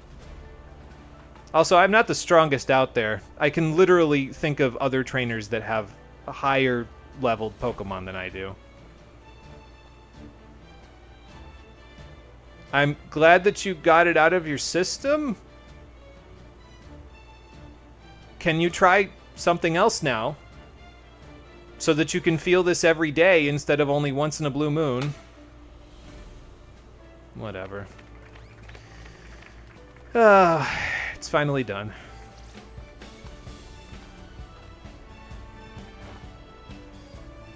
You want to do this again? Are you going to use the same Pokemon? Because, like, this is just going to end the same way as the last time. I mean, you could end the sweep early by sending Orthworm out first, but apparently this game doesn't really know how to take abilities into account. I guess he's kind of toxic. Ba-dum-ts. I get it. And that's the last of the 3 storylines complete. Victory Road done. Secretly a masochist? Just another kink with the rest. I guess so. Oh, my phone's ringing. Hold on. Hello? Hey, Arvin, what's up? I'm Bostiff. I imagine. I mean, the last time we were there, the dogs had a good time play fighting. Yeah, getting the whole team together. I have assembled the A team. I just need to give them a call. No, I don't remember. It's been 5 minutes. It was last episode, Arvin. I'm not that bad. Not yet. Maybe when my age is double what it is right now, maybe then I'll have a little bit worse memory, but you know. I guess so. Oh, they called you? I don't have to call them? How does that even work? Well, anyway. Yeah, so Penny and Nimona are the other two allies that apparently called Arvin. And we just have to wait at the Zero Gate, which is just outside of Medali. It's right near that scientist that we fought before that said... This doesn't help, by the way, because this is inside of the Zero Gate, so I don't know why he's showing you this. But... yeah, the Zero Gate is right over by that scientist that said he was looking for the Zero Gate previously. Right over here. So this is how to get in, or rather where you can get in, but if you want to get in there, you just go up the path by Medali. There's a gate here, and then you go inside. And that'll allow you to finish out the final storyline of the game, so, which we haven't seen a name of just yet, but we will. Oh, there's another event with the director. Okay, let's go see. Finally, Arvin, someone kind of normal. It's like the straight man in the increasingly crazier world that we've got going on here. Ah, it's all good, director. I'm just glad that she doesn't feel like she can't be at school anymore, you know? Okay. I don't think that's going to be a problem, director. If anything, I need relatively normal people to balance out the insane relationship I have with Nimona. So... and we get another big nugget from the director for helping out with all this. I'll try to be the best I can be, director. So, some more money for the pile of money that I don't need anymore, but that's fine. You know, whatever. I should probably sell my stuff and see, like, how much I have left over afterwards. The only visual you've ever seen of Area Zero is a cave story cover, so you're very cautiously excited about the big reveal. Hopefully I haven't spoiled anything about it to this point. I don't think I have, but the minimap was glitched just then. Did you see that? The minimap was showing us back in the main plaza of Mesagoza, even though we were in the school. And now we're up here again. That's weird. I just noticed that out of the corner of my eye. Yeah, hopefully I haven't spoiled anything about it so far. So, but we will see it soon enough. Like I said, I want to take the rest of today to just... because I feel like if we started doing that today, we'd have to end, like... right before the very end of the game anyway, or like halfway through, and I didn't want to do that. I said, no, let's just let the whole thing be its own stream, you know what I mean? So we're going to go, not shiny hunting, but legendary hunting today for the rest of the stream instead. So, alright, we already pulled out a yellow stake up in the northwest corner, so let's go do the northwest corner first, actually. And then from there, we'll go to the other ones after that. And like I said, I have a handy-dandy map on this off in the corner here. Let me go take a look at this. If it didn't close out, it refreshed the page. Okay, I mean, that's fine. I can just... whoops. This. Was that a green stake that we pulled out? Because there is a yellow stake here in Casseroya, but that's for a completely different shrine than the one that's up north. It was a green stake that we pulled out, actually, now that I'm thinking about it. But I know where there's more of them. There's actually some near Asado Desert here, although it looks like they're on Colonnade Hollow instead, so... okay. There's also some in Casseroya Lake, so... this probably wasn't the best place to go to start with, since the one that I'm thinking of is a completely different color, and now this is just going to tank the frame rate, but that's okay. Let's cross the desert to get to the other stuff, and then we'll go from there. Yeah, it looks like there's one on Glaciado Mountain. There's a couple in the lake itself. There's a couple up on Colonnade Hollow as well, I think, based on... like, the thing with the map is it doesn't show elevation, so, like, I can't tell if it's up on Colonnade Hollow or if it's, like, inside Colonnade Hollow, which it might be 1-1, honestly. So, alright, let me just take a look real quick here. Should zoom this in a little bit, though. Let's see.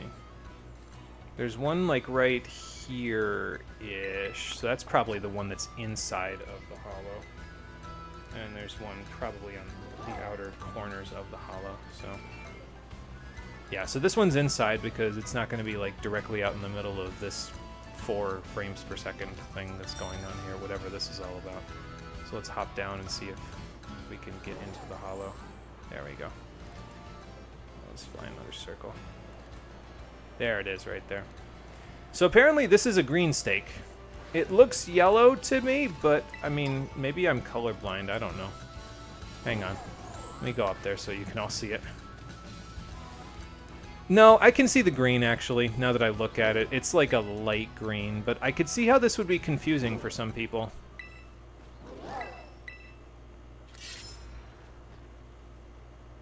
Alright, so that's that one. Also, why is it green now that I think about it? Isn't there like one of the Ruinous Quartet is a grass type, so why make these ones green? The one we're gonna go release, I don't think is a grass type. I think this one's the ground type one. I guess a brown steak would be kind of hard to visually distinguish too, though, wouldn't it? Alright, I think there's another one up here. It's like on the rocks, so I would imagine it's like over this way somewhere. I'm trying not to look at the map like every 3 seconds, basically, but might end up doing that anyway. It's not all these items I'm picking up, though, so... Oops. We got another comet shard.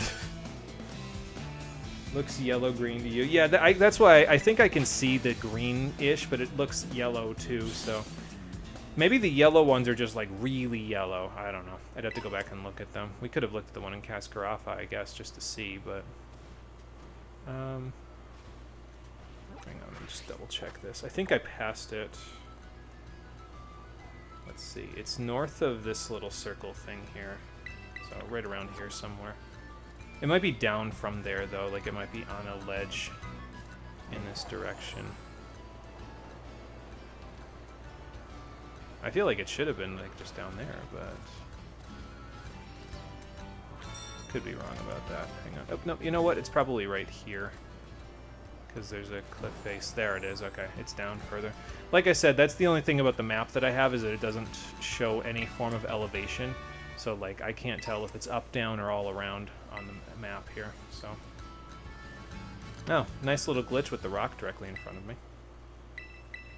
Almost glitching in. It's a field green. It's around 75-25 yellow-blue. I think there's a better name, but you forgot. Yeah, so it's like... It's not like olive green. It's closer to yellow than it is to, like, full-on green. Because, like, when you go 50-50 between yellow and blue, that's when you get green. But, it's closer... I think it's closer to yellow than it is to green. But like I said, then again, maybe the... to you, it's the color of Captain Cutler's glowing seaweed. God, what do I remember Captain Cutler, and I think I remember the glowing seaweed, too. I'm just trying to remember what that's from. Okay, so that's those two. We pulled that one out.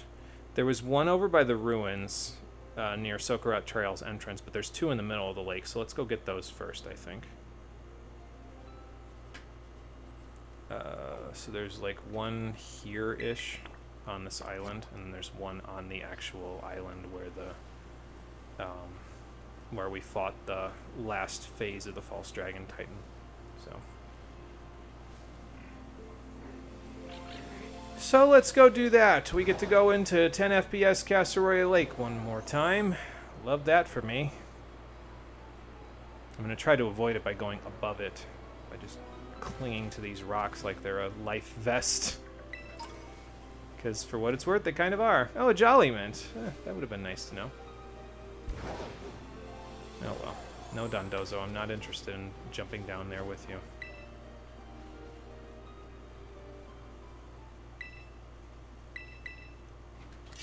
Okay, that's 4. Sorry, the rest of the stream is kind of going to just be a counting game with me. Hopefully that's okay. 3 more Dragon Terra shards. Not that you really need those, but, you know. I do know where this one is, actually, because we saw this one when we got the rock climbing ability. So, get me out of here before the Veluza tackle me to death. But yeah, it's up here. along with apparently a Sokarat Trail tree or two. Interesting. I guess I never noticed those, but there are a few of those fall trees just kind of hanging around, aren't there? Yellow, brighter than red, brighter than blue in terms of bright dark colors. Gotcha. Yeah, I guess blue would be pretty, like, you know, would be pretty dark, all things considered. There's one on Glaciado Mountain. There's one on the waterfalls to my southeast. I might, you know what I might do is I might go up to the Glaciado Mountain one last. Or no, yeah, the Glaciado Mountain one last. There's one by the waterfalls, not over there, but or not over there rather, but over here-ish. Hold on. It's a long ways away from here, but it's like here. And so let's go to Glaciado's Grasp. I'm gonna be cold for like 10 seconds, but we'll fly off the mountain to get the next part after that. There we go. Go to my destination before I freeze. And it should be somewhere near... It's probably at the top of the waterfall, if I had to guess, but I could be wrong about that. Feels kind of far afield for this shrine, honestly, but then again, that's just the whole North Province feels like very spread out, all things considered, you know. Been doing research on the color stuff in your spare time. Sorry for nerding a bit. No, that's awesome. I know a little bit about like color distinctions just from some of the stuff that we talked about in biochemistry, because color distinctions are something that happens in nature too. So I'm all on board for your nerding out a bit for something like that. That's cool. If it's something that you feel like you get excited by and you nerd out about it, then I'm all for it. You know what I mean? Talk about it because it's cool stuff. You know. So don't ever shy away from the things that make you happy or excited, because sometimes those are hard to come by. Gracia Stones is actually a pretty good fly point for this next one, it looks like. The other one is like right here, which is a little hard to get to from where we're at. But I guess I could go back to Casseroya Falls and then just go up and around the mountain. I probably should have gotten it when I went to, whatchamacallit, the... See, that's a nice little picture right there. I probably should have gotten it when we went to Sokarat Trail and we went on that little path that went up the mountain there. Brave Bird TM.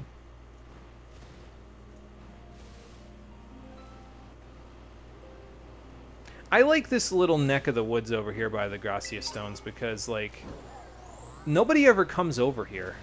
You know what I mean? And, like, I know it's literally just an ocean, but I don't know, it's just something about looking at it, you know what I mean? Especially with the sun setting and everything like that. It's, like, I can see the potential here, you know what I mean? I can see the visual fidelity here. Oh, there it is, okay.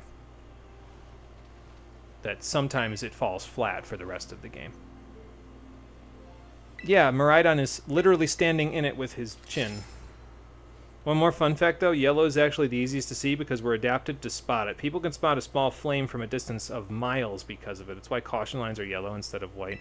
That's interesting, although it makes a lot of sense, honestly, because, like, anything that we would need to be cautious about in real life, yeah, you're right, it's yellow. It's not, like, a different color. I mean, stop is red, but, like, that's stop what you're doing, not be careful, you know what I mean? So I can't travel to that.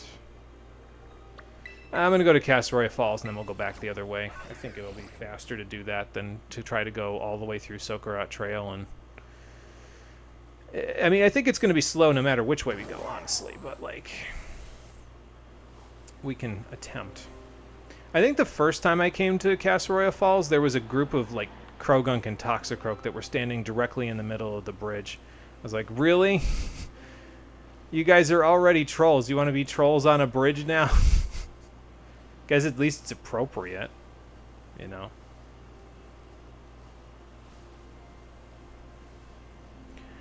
All right, slide off into the distance, and is that another trainer over there? Or no, that's a rock. I got a rock instead. Oh, look, a wild dragon there. Out of the water, even. That's a rarity. All right, so probably up this cliff face a little bit. Well, okay. This cliff face that didn't exist for a second. Good lord. Slow down, game.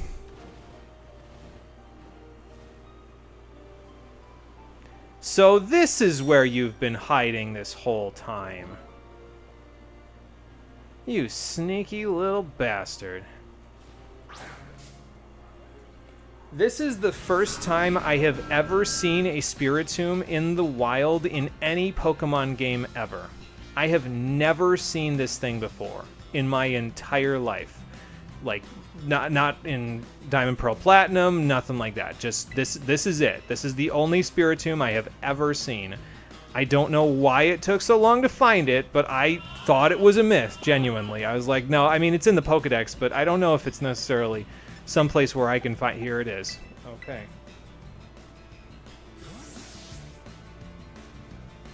Just realized the stakes thing is super similar to Mother 3, spoiler warning, with the needles and the dragon. At least it didn't vanish forever and leave us on a cliffhanger. And that's, I mean, it is spoilers for other people, but I remember that I've heard people talk about the ending of Mother 3, so that's not really a big spoiler to me, personally, so, but I appreciate you spoiler tagging it, though.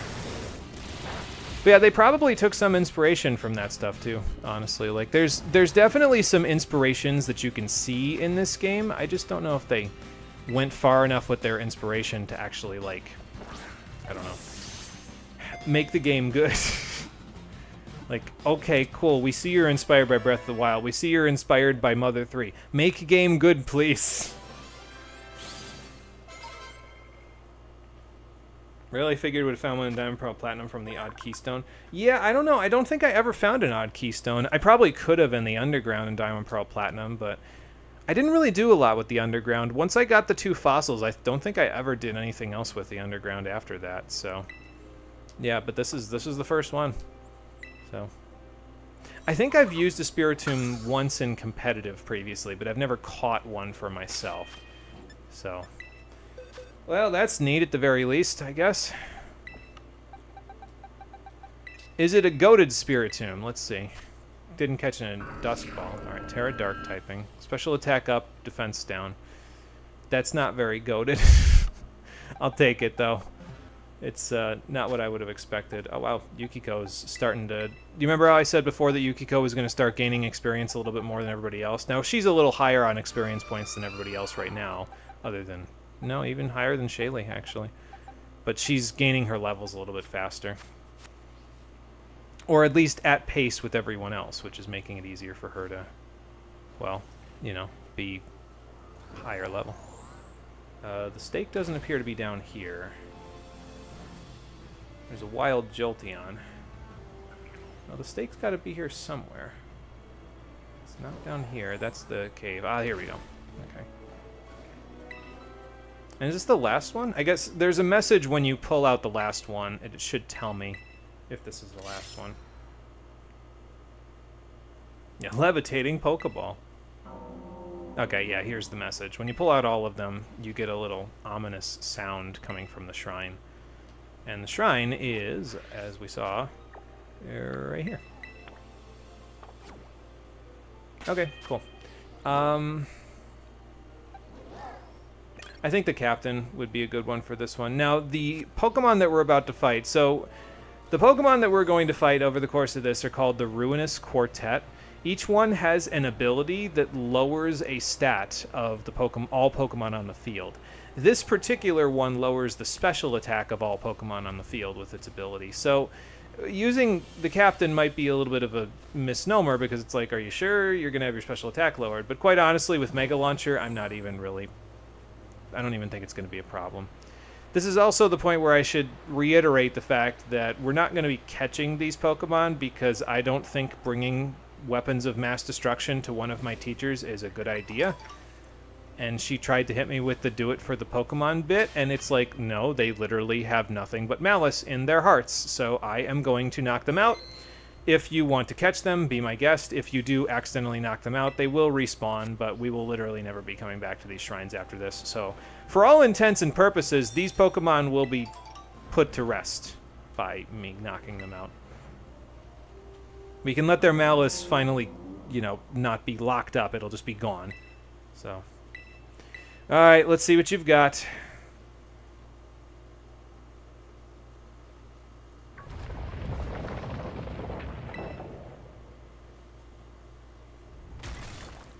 Well, there goes the shield. The seal has been broken! You know, I could see the cup.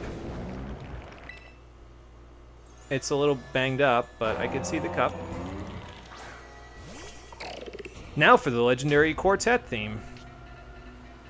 I can't even hardly hear it because of my air conditioner, but I think it's pretty good. Hang on, let me turn the air conditioner off so we can hear it.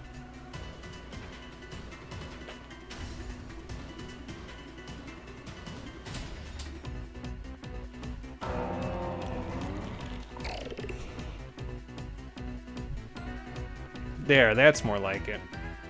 It actually, it's kind of a bizarre theme, but it makes a lot of sense because these Pokemon are, like, not from Spain, obviously. They're from far afield, and so it would have kind of this, like, Indian/Far Eastern feeling to the music. I hear more Indian music in it than anything else, but apparently this is more Far Eastern than anything else. So, like China. Which makes sense because the Pokemon's names are Chinese. This is Ting-Lu. So, the Arceus Spiritomb quest was actually well done, in your opinion.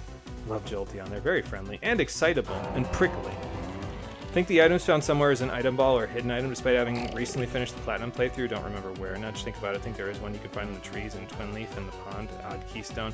Maybe I just didn't go looking hard enough, honestly. We interrupt your regular programming to bring you The Legend of Zelda: Tears of the Kingdom.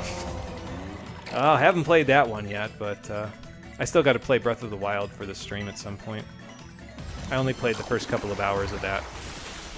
And I said, yeah, no, I'd definitely be interested in playing this for the stream, so I'm going to stop here so it's not like... I want to play it as blind as I can. At least it's not a Guardian, so I don't have to, like, parry the laser back at it or die, because, you know, I'm just the kind of stupid person that would be tempted enough to do that. So... I think I tried doing that in part of the 2 hours that I played Breath of the Wild. I tried parrying the laser. I don't think it worked out, but... Oh, what the hell? It just goes back in the shrine? I can't just put it to rest? This quest is for the birds, man. Forget this. Can I fly here at least now? Yeah, okay. So you can refly to the shrines afterwards, and they will respawn, I guess. I could probably respawn it right now if I was to walk up to the shrine. This game has no consequences, and I kind of hate it. But yeah, so it'll respawn once per, like, real-life day, basically. But that's one down. Now let's go to Casseroya. We'll take care of all the western ones first. We'll just go down the southwest corner, and then we'll go from there. The door is very Zonai. That's not much of a spoiler, thankfully. Oh, with the parrying the laser. Yeah. Honestly, I feel like a lot of people just showed videos of them doing that previously, and so I was just like, okay, I'm going to do it, and then I died. Alright, let me go turn my air conditioner back on. It's still way too hot in here.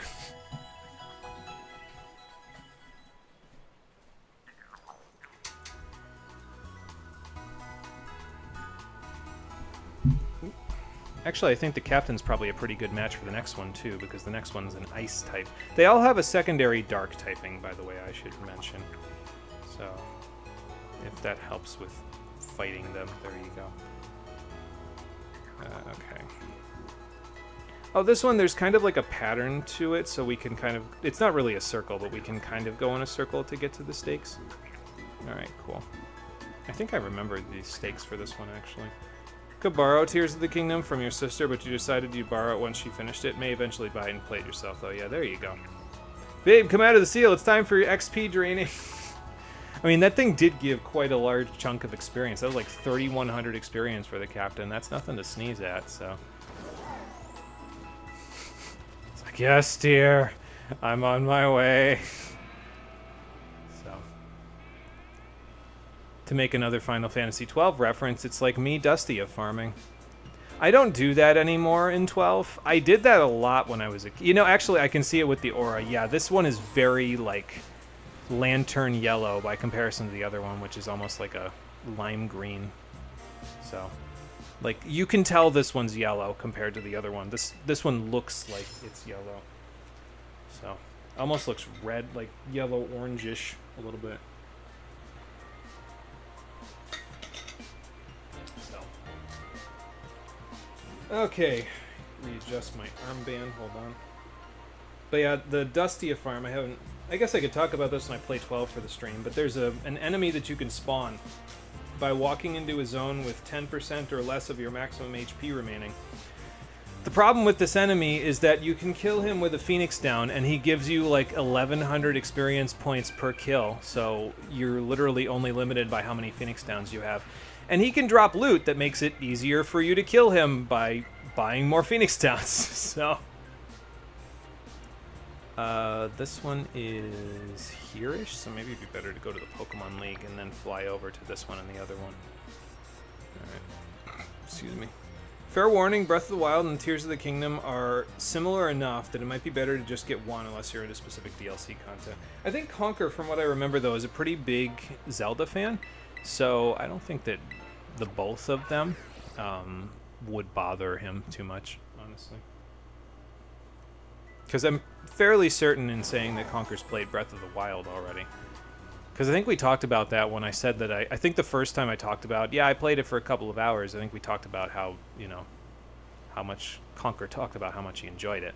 And then I said, yeah, I'm going to play it for the stream because I want to make sure we can get all that enjoyment, like, on screen. The last thing that I remember doing in Breath of the Wild was, I think I went off, so I got off of the starting area that you're in, and once I got out of the starting area, I think I got a horse, and that was it. Like, I said, oh, there's wild horses and I can just tame one of them, so I made that my mission to do. And then once I did that, I was like, okay, that's enough. So, well, I can see the stake from here. Probably better to do this one at night because these stakes will kind of glow in the dark.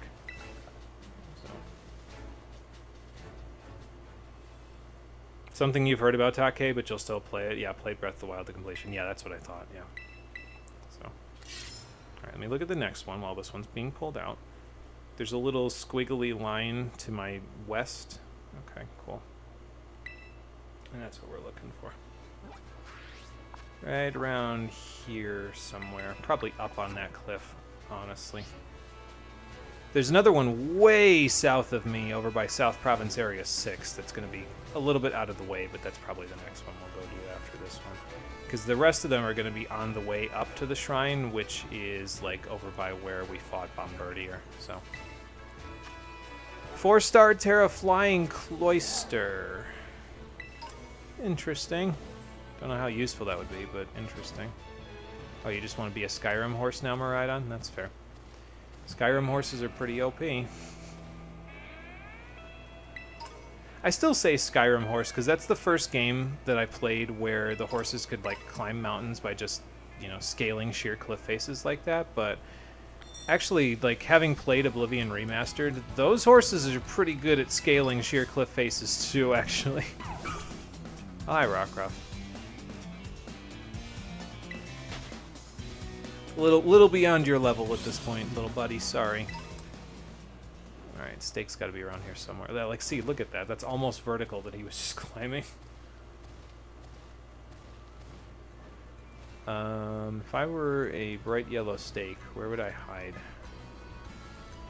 The thing said right in this area. I think it was behind me though. Mass outbreak of wild Knackley. Cool. Don't need those, but cool. It's probably up there actually. If I had to guess, like up on this ledge somewhere. More scaling. Here? No. Mudbray. Okay. Let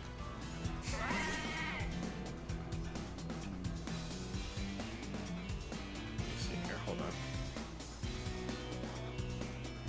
Oh, okay, I see it.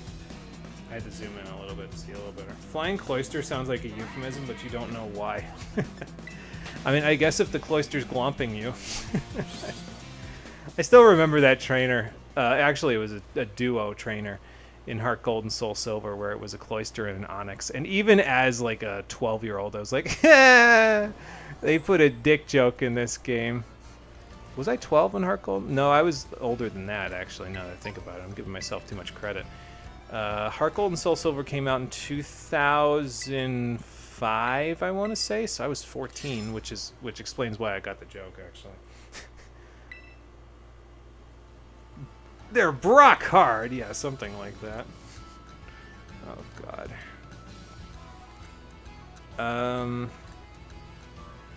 Yeah, the next one is over by the tower, like west of the tower near South Province Area 4. I think we've seen it, actually, a couple of times when I went into this area. It's like right...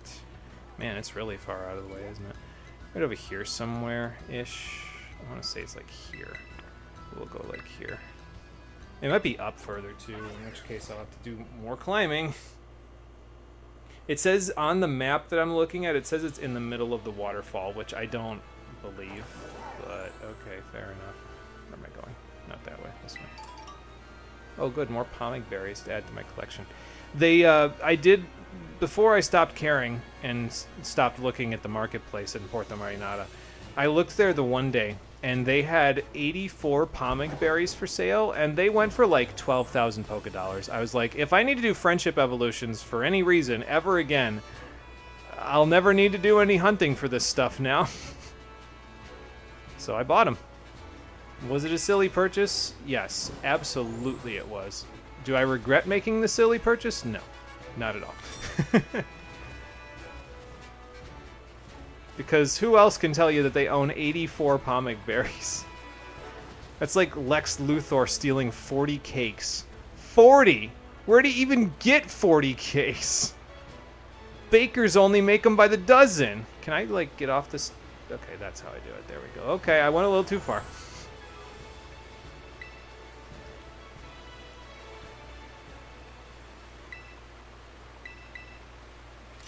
So that's that one. Next one. There's one up by the leaking tower of Paldea. There's one down on the hills going further from there. So, like, the rest of them are kind of in a line almost if we go to the leaking tower. So... You grow them as a hobby in the games? Yeah, you know, fair enough, honestly. If that works out for you, then you might as well. You're the master of Pokeblocks and Poffins. And actually, I mean, that's fine, because, like, super contests... I was more... I'll be honest, I don't think I did a lot of stuff in Gen 4. I think Gen 4 just sort of put me off a lot, but... In Gen 3, I made a lot of Pokeblocks because I did a lot of contests. I wasn't particularly good at them, but I did do a lot of them. So, I think if I remember right, the stake is over here? Because I remember seeing it when we were wandering around over here by Alfornado. I think it was when we were getting Sludge Bomb? No. Maybe not. Maybe it's over here. Like further along here, somewhere. And I'm just misremembering, or maybe I mistook it for a Toxtricity. That's also possible. There it is down there.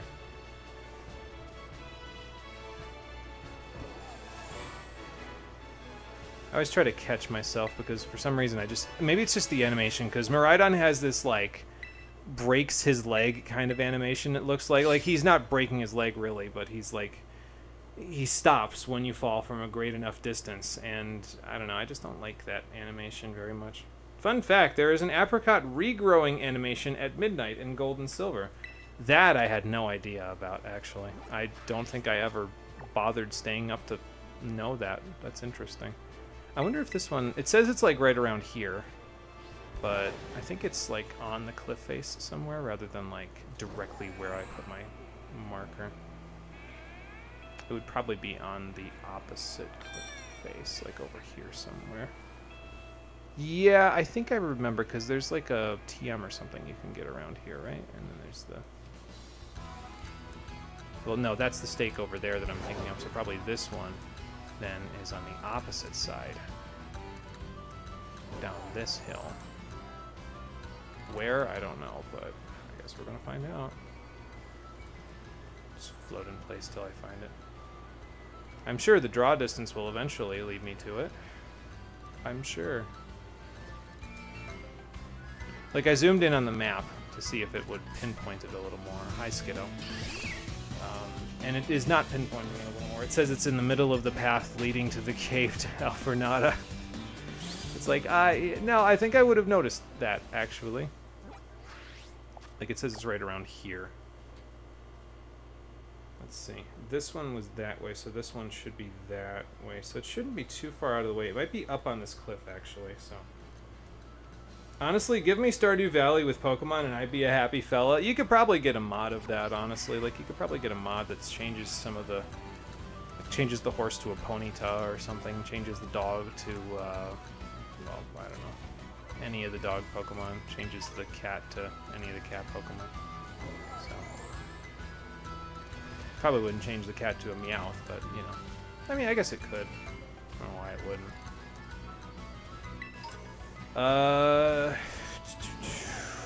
Yeah, I'm at a loss because this map is not helping me in particular here with this one. It's got to be right in this area, though. Maybe it's way down, like all the way down at the beach somewhere. I'm gonna go all the way down and then climb back up. Is it a mistake? Probably. Am I gonna do it anyway? Yeah. Not much choice in the matter. No choice, I guess.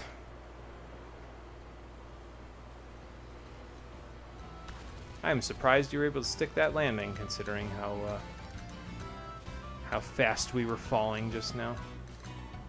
Well, that's not the yellow that I was looking for. Yeah, that's the breaks his leg animation that I was just talking about right there. That I don't like. Alright, let me go up here. I think I just need a better map than the one that I'm using, because the one that I'm using is not particular. So now I'm back here again. Okay. Yeah, I think I just need a better map. Hold on. Let's see if I can find a better map.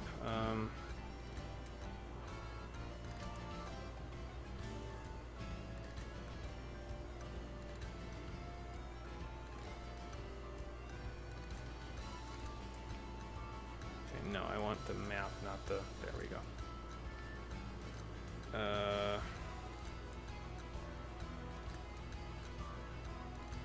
Okay, so this one might be a little better. It says it's...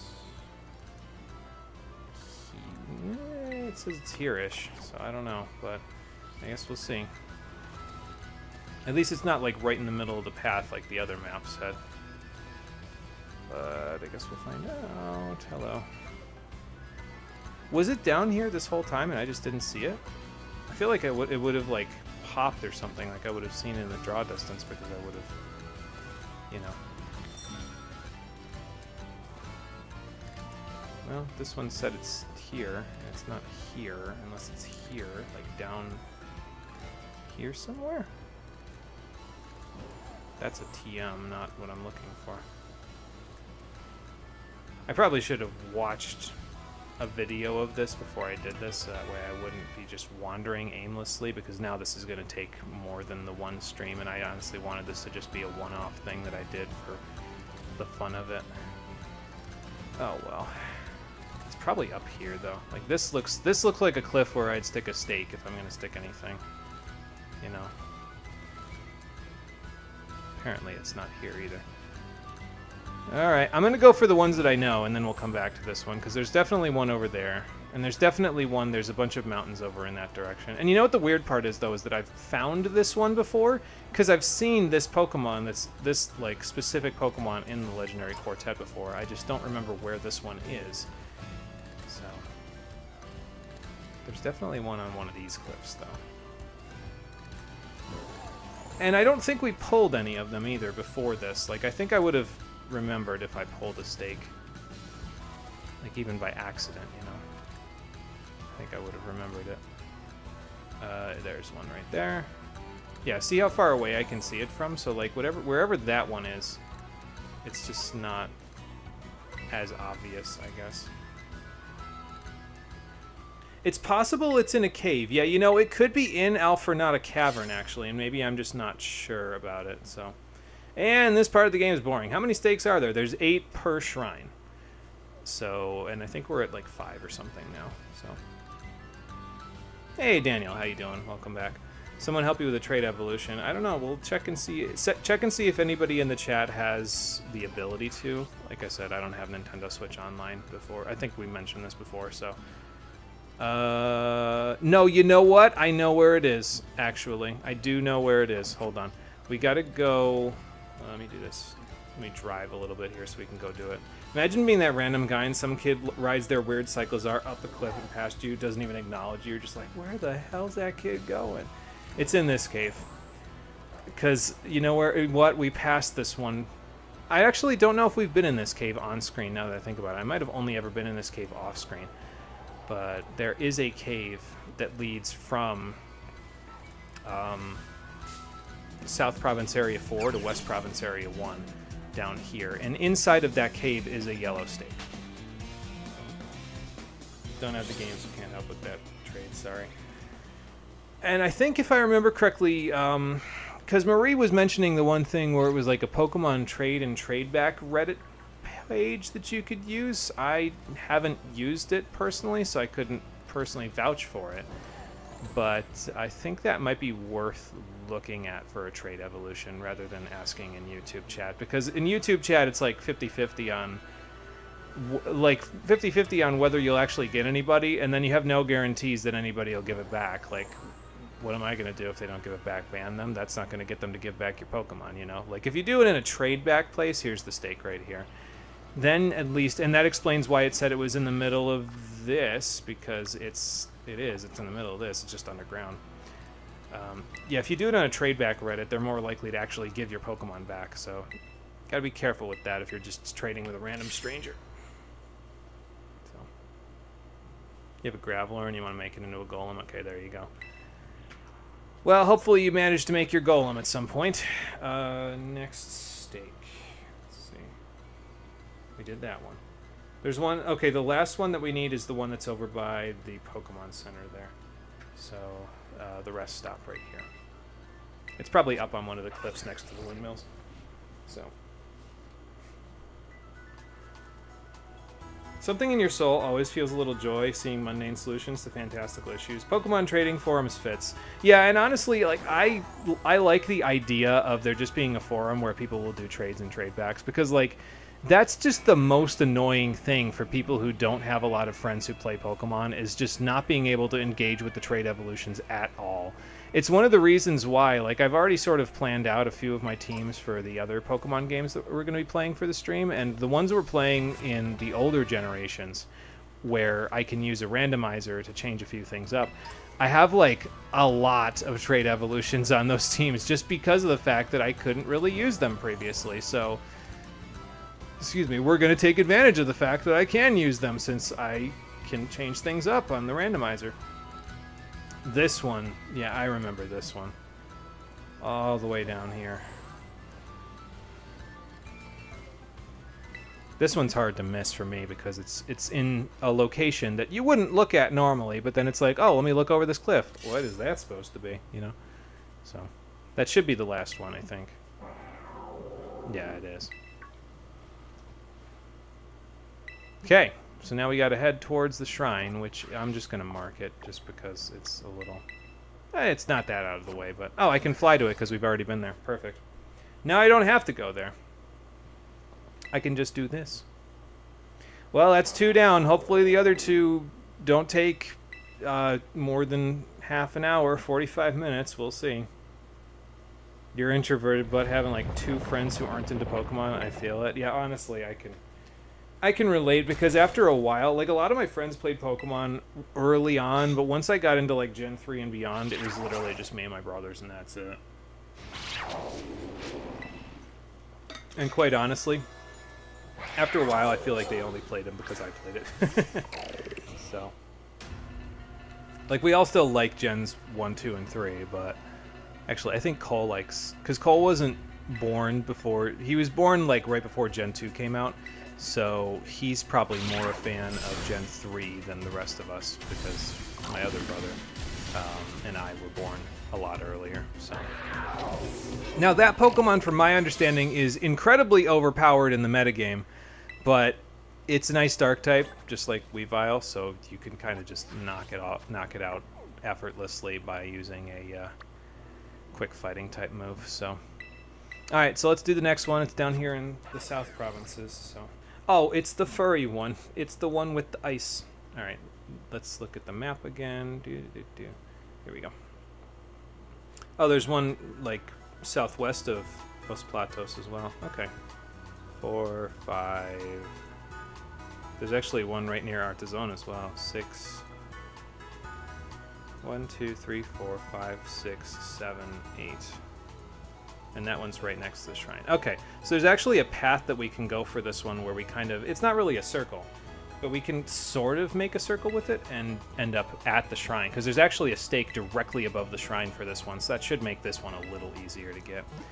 And if you have a solid bug type or bug type move, this next one would probably be a pretty easy one to do, because it's, you know, it's a grass dark type. I think the last one that we saw there, Chien-Pao, that one has... Oh, there's that trainer that walks in place and then pops out of existence again. It lowers the defensive Pokemon on the field, so I think this next one lowers attack, and then the other one lowers special defense, if I remember correctly. So. Trade evolutions have always been out of reach for you since you didn't have friends that played when you were playing. Yeah, and see, that's the problem that I had, like, again, beyond a certain point in the generations, it just became... like nobody else played, so I had to either rely on strangers on the internet or just do what I pretty much ended up doing for the most part, which was not relying on trade evolutions. So like once we get into the, like, when we play Gen 1, it's like, oh, I'm gonna have like a bunch of that stuff on my team just for the hell of it, because I can, you know what I mean? It's like, I'll get the Gen 2. Alakazam is one of the most overpowered Pokemon in Gen 2 still, even though they, you know, nerf the Psychic type a little bit because they've got Dark and Steel types to counteract them defensively in Gen 2. Don't care, got an Alakazam, can learn the elemental punches. Guy beats things senseless. Okay, here's the first one.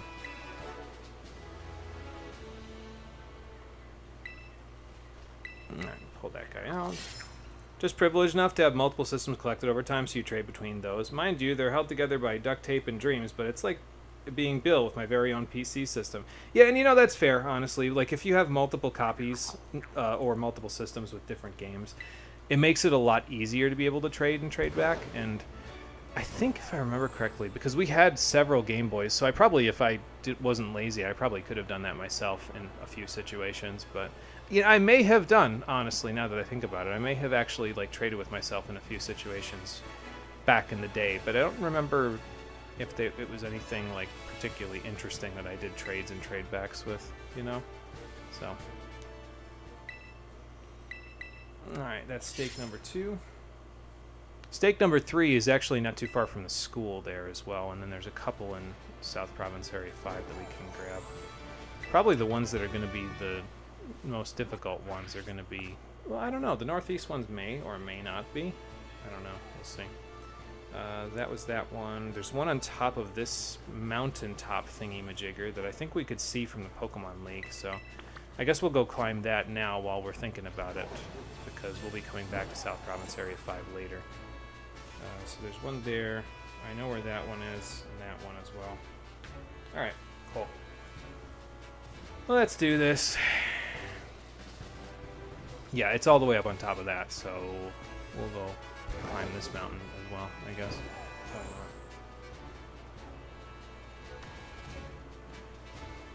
You do now have 2 3DSs, so you could trade between your games on the console. Yeah, and that's true too. You could always do that as well, so. If you chose to use the trade evolution. Oh my god. Okay, get away from whatever that was supposed to be. A seam in the world that we were getting stuck on. I could see the seam in the rocks, and we were not having a good time with that. Okay. Not having a good time at all, apparently. Alright, let's just get to the top of this so that the game doesn't implode on itself. Because that would not be a good thing. Yeah, I didn't say, it should be right at the top of this, so there we go. You miss having a backlit Game Boy SP. You still have your Pink Advance, though. Nice. Yeah, I think we still have, like, we kept all our old Game Boy SPs because we used them for a couple of the multiplayer playthroughs we did way back in the day when we played, well, we did, so I said I played Gen 3 for my YouTube channel, and that's kind of true. What we did was, it was me and my brothers, we all played, it was called Pokemon Versus, and so what we did was we all went through Gen 3, either Ruby, Sapphire, or Emerald, depending on who it was. We all went through the games ourselves. Instead of showing the games off, like the story and everything like that in the games, instead of doing that, we would battle each other with the Pokemon that we had after we got each gym badge. and that included a random rainstorm. No, the Pokemon, like after the Pokemon League and everything, like we've made secret bases and stuff like that. So I thought it was a little fun little playthrough and a different way of doing it. I was like, yeah, there's enough Pokemon Emerald walkthroughs on YouTube. I don't think I need to add to that total. And I mean, it's a shame because I didn't get to play Pokemon Emerald for the like stream or for the YouTube channel, and I couldn't put my own spin on it, but it wasn't too bad either, honestly. I think this one's like up. No, that doesn't look great. It's near the split in the path, which is what that's apparently is. Okay, I guess that's where it is. Remember that playthrough? Yeah, it's been a little while, but it's still there.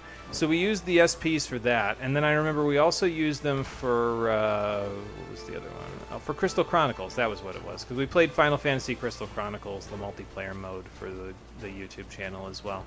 That playthrough I thought was a lot of fun. There was a lot of grinding in it, but just kind of being able to play that game with my brothers was really nice, because normally you play it single player, and when you play that game single player, it's there is a lot of grinding, because I think the game was expected to be played multiplayer, and so when you try to take on those challenges that are probably tuned for at least 2 players with just one, it doesn't really work, honestly. So that building just moved. Is it haunted? Maybe there's more Spiritomb in it. Oh, God. Okay, this one is up by these rocks. Oh, this is the one that's over by that Mario guy that was looking for those cute Pokemon that he was meeting that one random dude for. Alright, cool. And who do I have out for this before I have Interceptor out. Okay, that'll work fine. I guess I never battled that trainer through this entire game. I didn't beat all of the trainers in the region. There's like 286 battles, and at this point that lady's probably got like a level 10 Pokemon, so not really gonna serve me for any purpose considering I fully evolved all of my Pokemon in the PCs and stuff. Alright, so probably the stake is up on top of that weird hill that's jutting up, or that plateau that's jutting up like that. We'll go get that one done. Still driving one-handed, scratching my hair. I gotta get a haircut before I start working again. It's just too hot for this crap. I think the school has its air conditioners on, but why take a chance, you know? Alright, it's gotta be here somewhere. There it is, okay. I was gonna say, not this again. But I just was a little off from where it was. Also a little off from my destination point, but that's okay. Oop, hang on. I didn't put chat back up. There we go. Is that Stack-Attacka? I remember Stack-Attacka. I don't remember many of the Ultra Beasts, but that one I do remember. Alright, this one it says is literally right next to Artizone's West Pokemon Center. So, first thing I'm going to do is remove that. Second thing I'm going to do is go here. I can probably, it's probably up on like the rocks right next to it, and so we can just fly up. And get that from there. And then the last one is directly above the shrine, so either I have that as a fly point already, which is possible because we did walk past the shrine at one point, but if I don't have it as a fly point, then I guess we'll figure it out, won't we? We'll just get there from the Pokemon Center on the beach in South Province Area 5. Sorry, Young Goose, I didn't even see you there.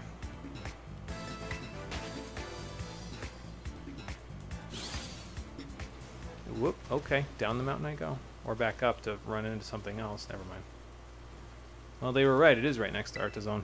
You'd think somebody in the town would have randomly seen this ominous thing from one of the buildings, like over by the windmill or something, and just been like, huh, that's neat, I wonder what that is. Just pull it out already. Like, what's stopping the... I understand, it's because they're NPCs, but from, like, not from a gameplay standpoint, but from a story standpoint, what's stopping these NPCs from just pulling these things out of the ground instead of me doing it, you know?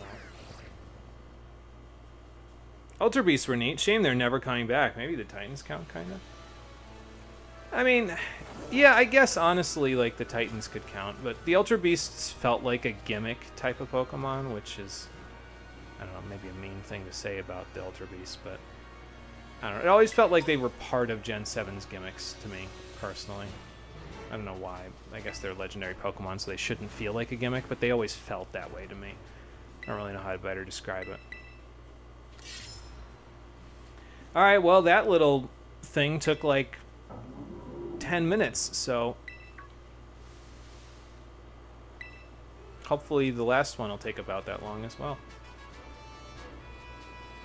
And thankfully the shrine is literally right here, so that makes it a little easier to... you guys might want to clear out, because this is going to get crazy. This is a level 60 Pokemon we've got in here. Alright, I was going to say let's put this one to rest too, but technically speaking, it's only resting for about a day. The narrator. Now, I'm not supposed to say this, but it's because you're special. Yeah, I know. Hi. Oh no, the scribes! They've come back to get me! They've come down from the stars to force me into not playing Final Fantasy XIV again. Wait, that's a good thing. Yeah, this will weaken the physical attack, so this play rough probably won't KO. That's okay. It will in 2. This is their unique move, by the way. They all have access to this move, Ruination. It's a Dark-type Super Fang. So, if you want to use Super Fang on Ghost types, there you go. You need to give them a wide lens in order for it to be 99% accurate, but, you know, I guess that's fine. Alright, that's 3 of the 4 chambers sealed up. Last one is the, what's it called? Fire Scourge Shrine. Alright, cool. Let's look at where the stakes are for this one. The stakes could never be higher because they're elevated since North Province is on a plateau. Sorry, that was a bad one. Alright, there's one right near Levincia to start with. It's up by... Actually, it's up by this lighthouse. I'm going to go to the... no, I'm going to go to the Pokemon Center and heal up first. This one might actually... So that was Wo-Chien. It was Chien-Pao, Ting-Lu, Wo-Chien, and then this one is Chi-Yu. And it is a tougher one. Although, I think the last time I did this, I actually did catch them. So I think that's why I remember it being a tougher one. So.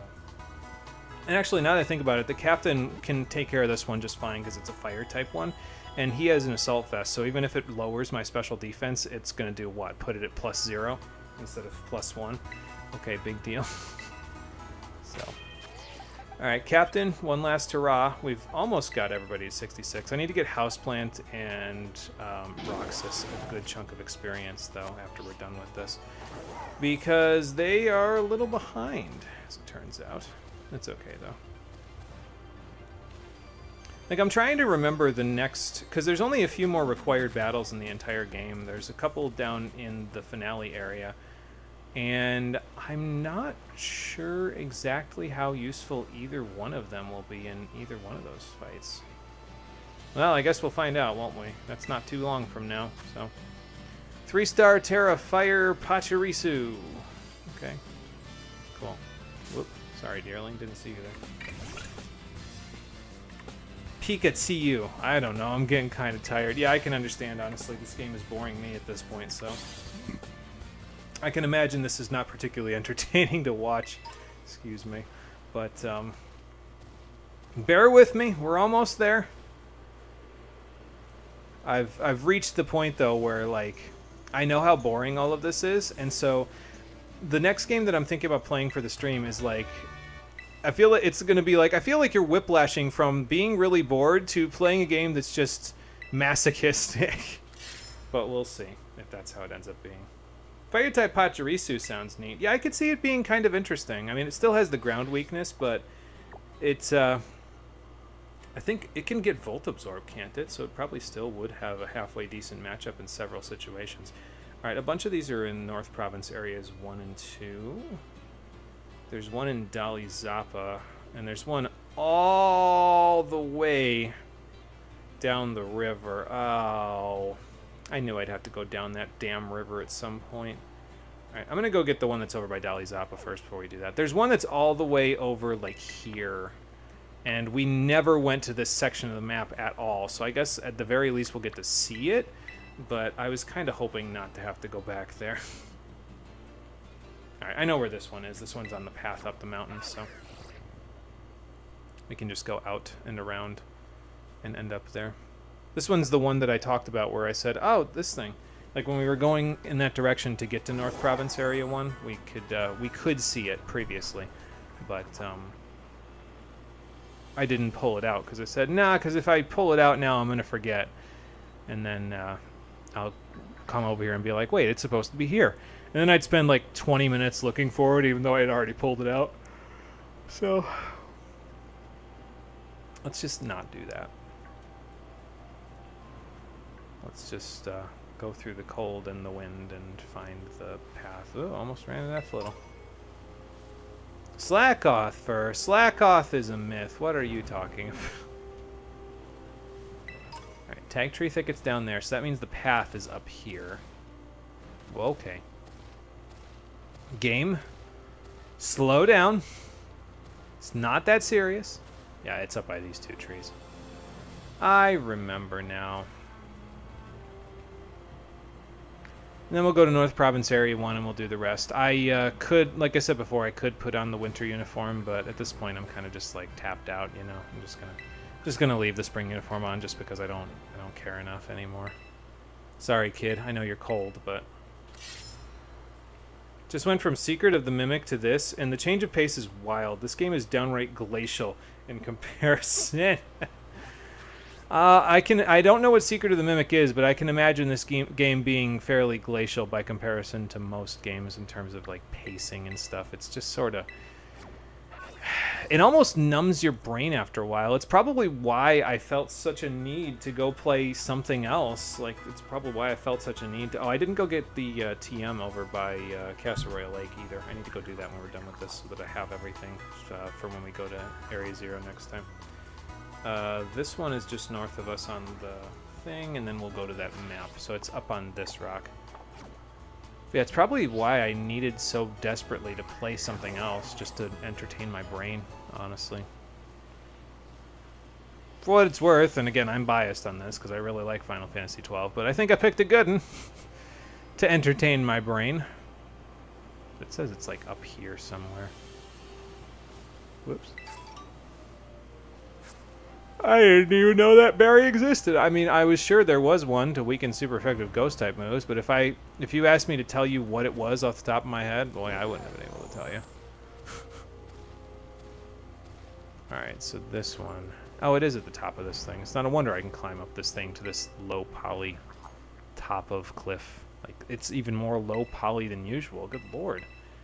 That looks like Sonic the Hedgehog, Sonic Adventure on the Sega Dreamcast is what that looks like. Like, the grass in that game looked like this. And there it had an excuse because it was 1999 and we didn't know any better. Oh, God. Okay. Well, we got to take a trip far afield for this one. We get to go down the hard way. This was how I got to this little cliff section of cliffs here is how I got to North Province Area 1 the first time I played this game, because I didn't know there was an actual path to get here other than this. I figured, okay, they probably stuck this here because they wanted you to rock climb to get there before you could do it. 4-star Terra Poison Vigoroth. Okay. So I went this way with the rock climbing and everything, and yeah, no, I made a lot more work for myself than I needed to. By doing this. Alright, so the stake should be down, oops, excuse me, Noibat, on that cliff there, where that big tree is. So I'm just going to fall for a while and then float to it.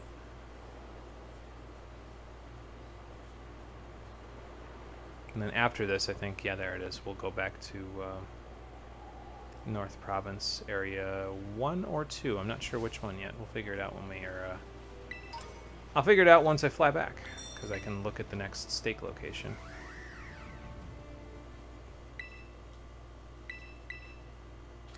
Yeah, that texture glitch. Yeah, I know. Unfortunately. Best Five Nights at Freddy's game in ages, apparently. Security breach if it was done right, even, according to the guy reviewing it. Unfortunately, it seems to have had really bad optimization and eats like 16 gigs of RAM. Small victories, I suppose. Yeah, that's a lot of RAM for it to be eating, but hey, if it's good, I guess it's worth it, you know? There's one in Tag Tree Thicket. Oh, good. We get to go enjoy that again. 1, 2, 3, 4. We've done 4 of them. 5, 6, 7, 8. Okay, so the other ones are over by North Province Area 2. And there's, again, one right next to the shrine itself. So that actually will help a little bit. So, I was going to say, did it make those Hawlucha disappear into the ether? But no, they were still there.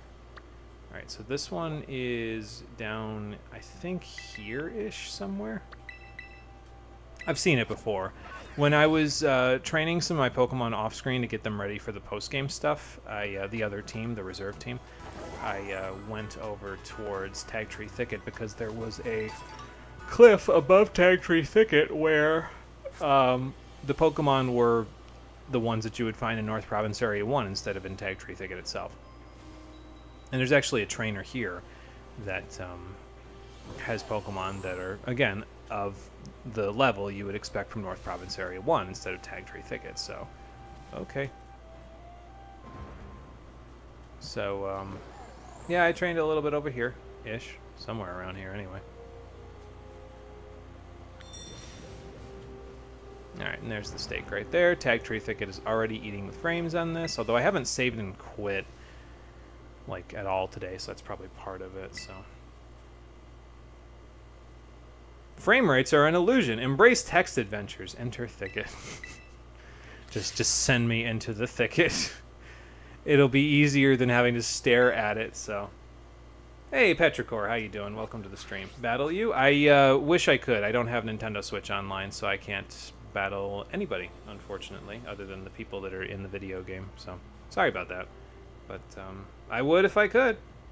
So, let's see. Okay, there's one directly above North Province Area 2's Pokemon Center.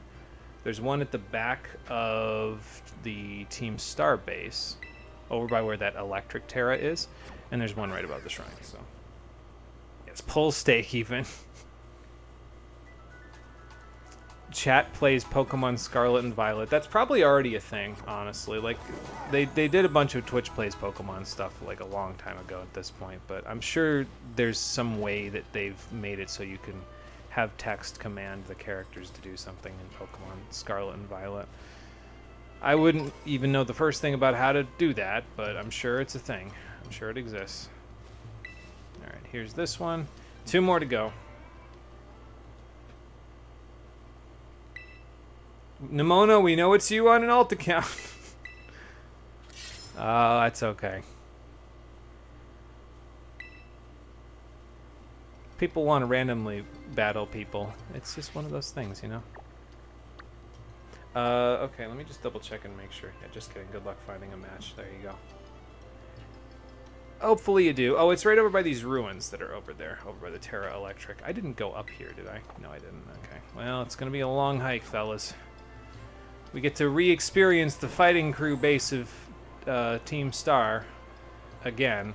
I haven't decided in the post-game if I'm going to rematch all of them or just one to show it off.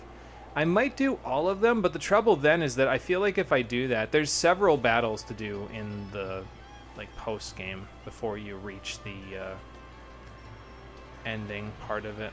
So I feel like if I fight all of them again, it's going to end up being 2 streams for post-game content, which I guess isn't bad, because that's about where we were for when we played Let's Go Pikachu. We had 2 streams worth of post-game content.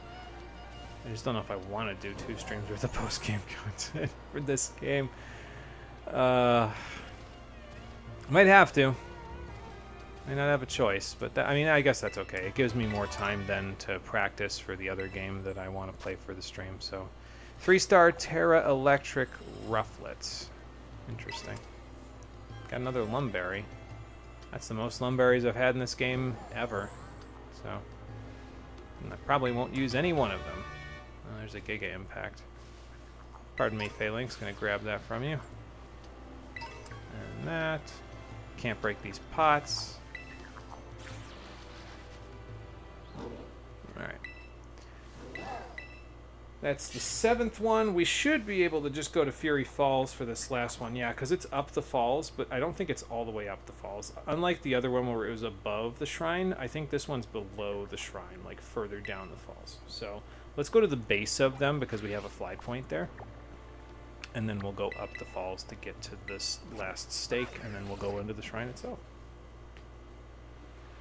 Of course, you can't break those pots. You're not Link. Yeah, that's true. You know, I don't have the power glove to lift them up with. It was the power glove, right? That was the one. I remember in Link's Awakening, you needed a specific item. Although I don't think you had to have the power glove to pick up pots. I think you could pick up pots at base. It was just heavy objects that you needed the power glove for. So I could be misremembering that item too, though. Because, God, it's been a while since I've played Link's Awakening. Oh, it is above the shrine. Okay. Because actually, this shrine is... Oh, there's a waterfall TM. In there. Inside of that cave. Which is a little more interesting of a locale, I think, than the other ones. The other ones are just kind of out in the middle of nowhere, and any old person could wander into them. This case, I mean... You have to scale, like, 3 waterfalls to get to this. It's like sheer cliff faces. So... Let's Go was okay in the end. You did end up becoming Gary because the rival was such a weenie, though. Yeah, I didn't like Trace as much as Gary. Gary was just a little, like, shit disturber, and it just made him more memorable. Trace is just kind of there. I thought that our playthrough of Let's Go was a little more memorable, though, because I played as a female character, and I made the rival myself.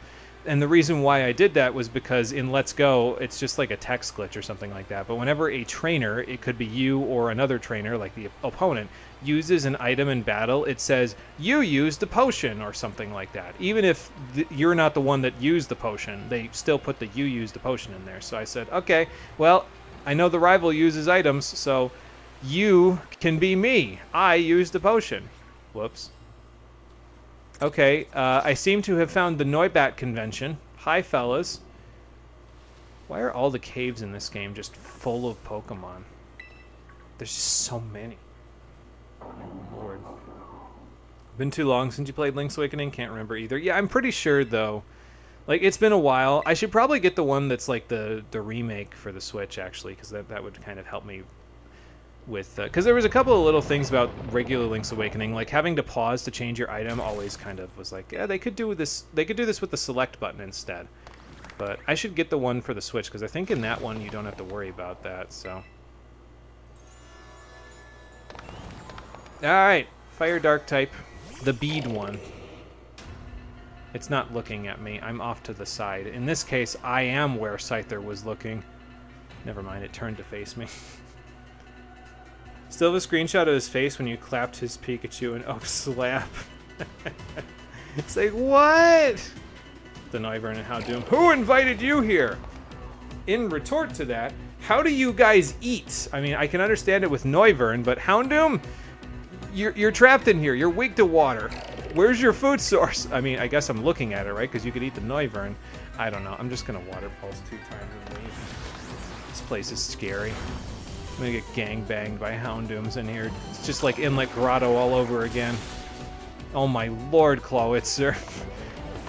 The captain did not like that goldfish.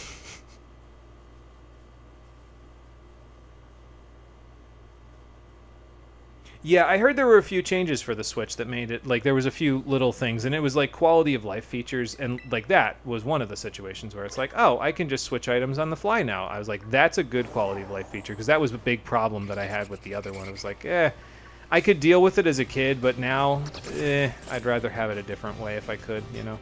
I might not be able to run away from this Noibat, depending on what level it is. Okay, it's fine. Eat to you, it respawns like a Pac-Man ghost. Do I get 200 points for it, though? Was it 200 for the first ghost? When was the last time I played Pac-Man? God, it's been a while. Okay, well, that was the unorthodox 11th hour hunt for the Treasures of Ruin, but the nice thing about us having done that is I think we now have all of the fly points on the whole map. Like every single one of them, including the shrines, including all of the 10 sites, everything. I think maybe there might be one for the Zero Lab, like or not the Zero Lab, the Zero Gate right here. And that would be the only one I think that we're missing, honestly. But that is one that we can handle on the finale of Pokemon Violet, the Stream Edition, which will be happening tomorrow at 7:30 p.m. Eastern Daylight Time. And like I said, we'll do post-game stuff. There is There's quite a few battles to do in the post game, although once those battles are up, there isn't really a whole lot to sustain you content-wise, but we can talk about that when we actually get that far tomorrow, and I'll have to mentally prepare myself for, you know, talking about this game at length. So, Noibat went to Undertale? Sorry, that one was a stretch. I'd have to think about that one, honestly. It's been a while since I played Undertale, too. Anyway, thank you for watching, everybody. I appreciate you checking out the stream. And I'll see all of you on the finale, which, as I said, will be tomorrow, 7:30 p.m. Eastern Daylight Time. Until then, everybody, take care, and have a good one. Excuse me. Had a little trapped air right at the end. Is that a metaphor for the last gasp that this game is going to have? No, now I'm having to stretch. It's fair, though. I should stretch my legs out here because I've been sitting for 2 hours, 3 hours. Okay, I'm done. I need to go. I'm making stupid puns now. I'm too tired for this crap anymore. I'll be back tomorrow. Oh, Noibat's Frisk. Okay. Yeah, now I see what you were talking about. Sorry, I think I genuinely am too tired to even register that stuff anymore. Oh boy.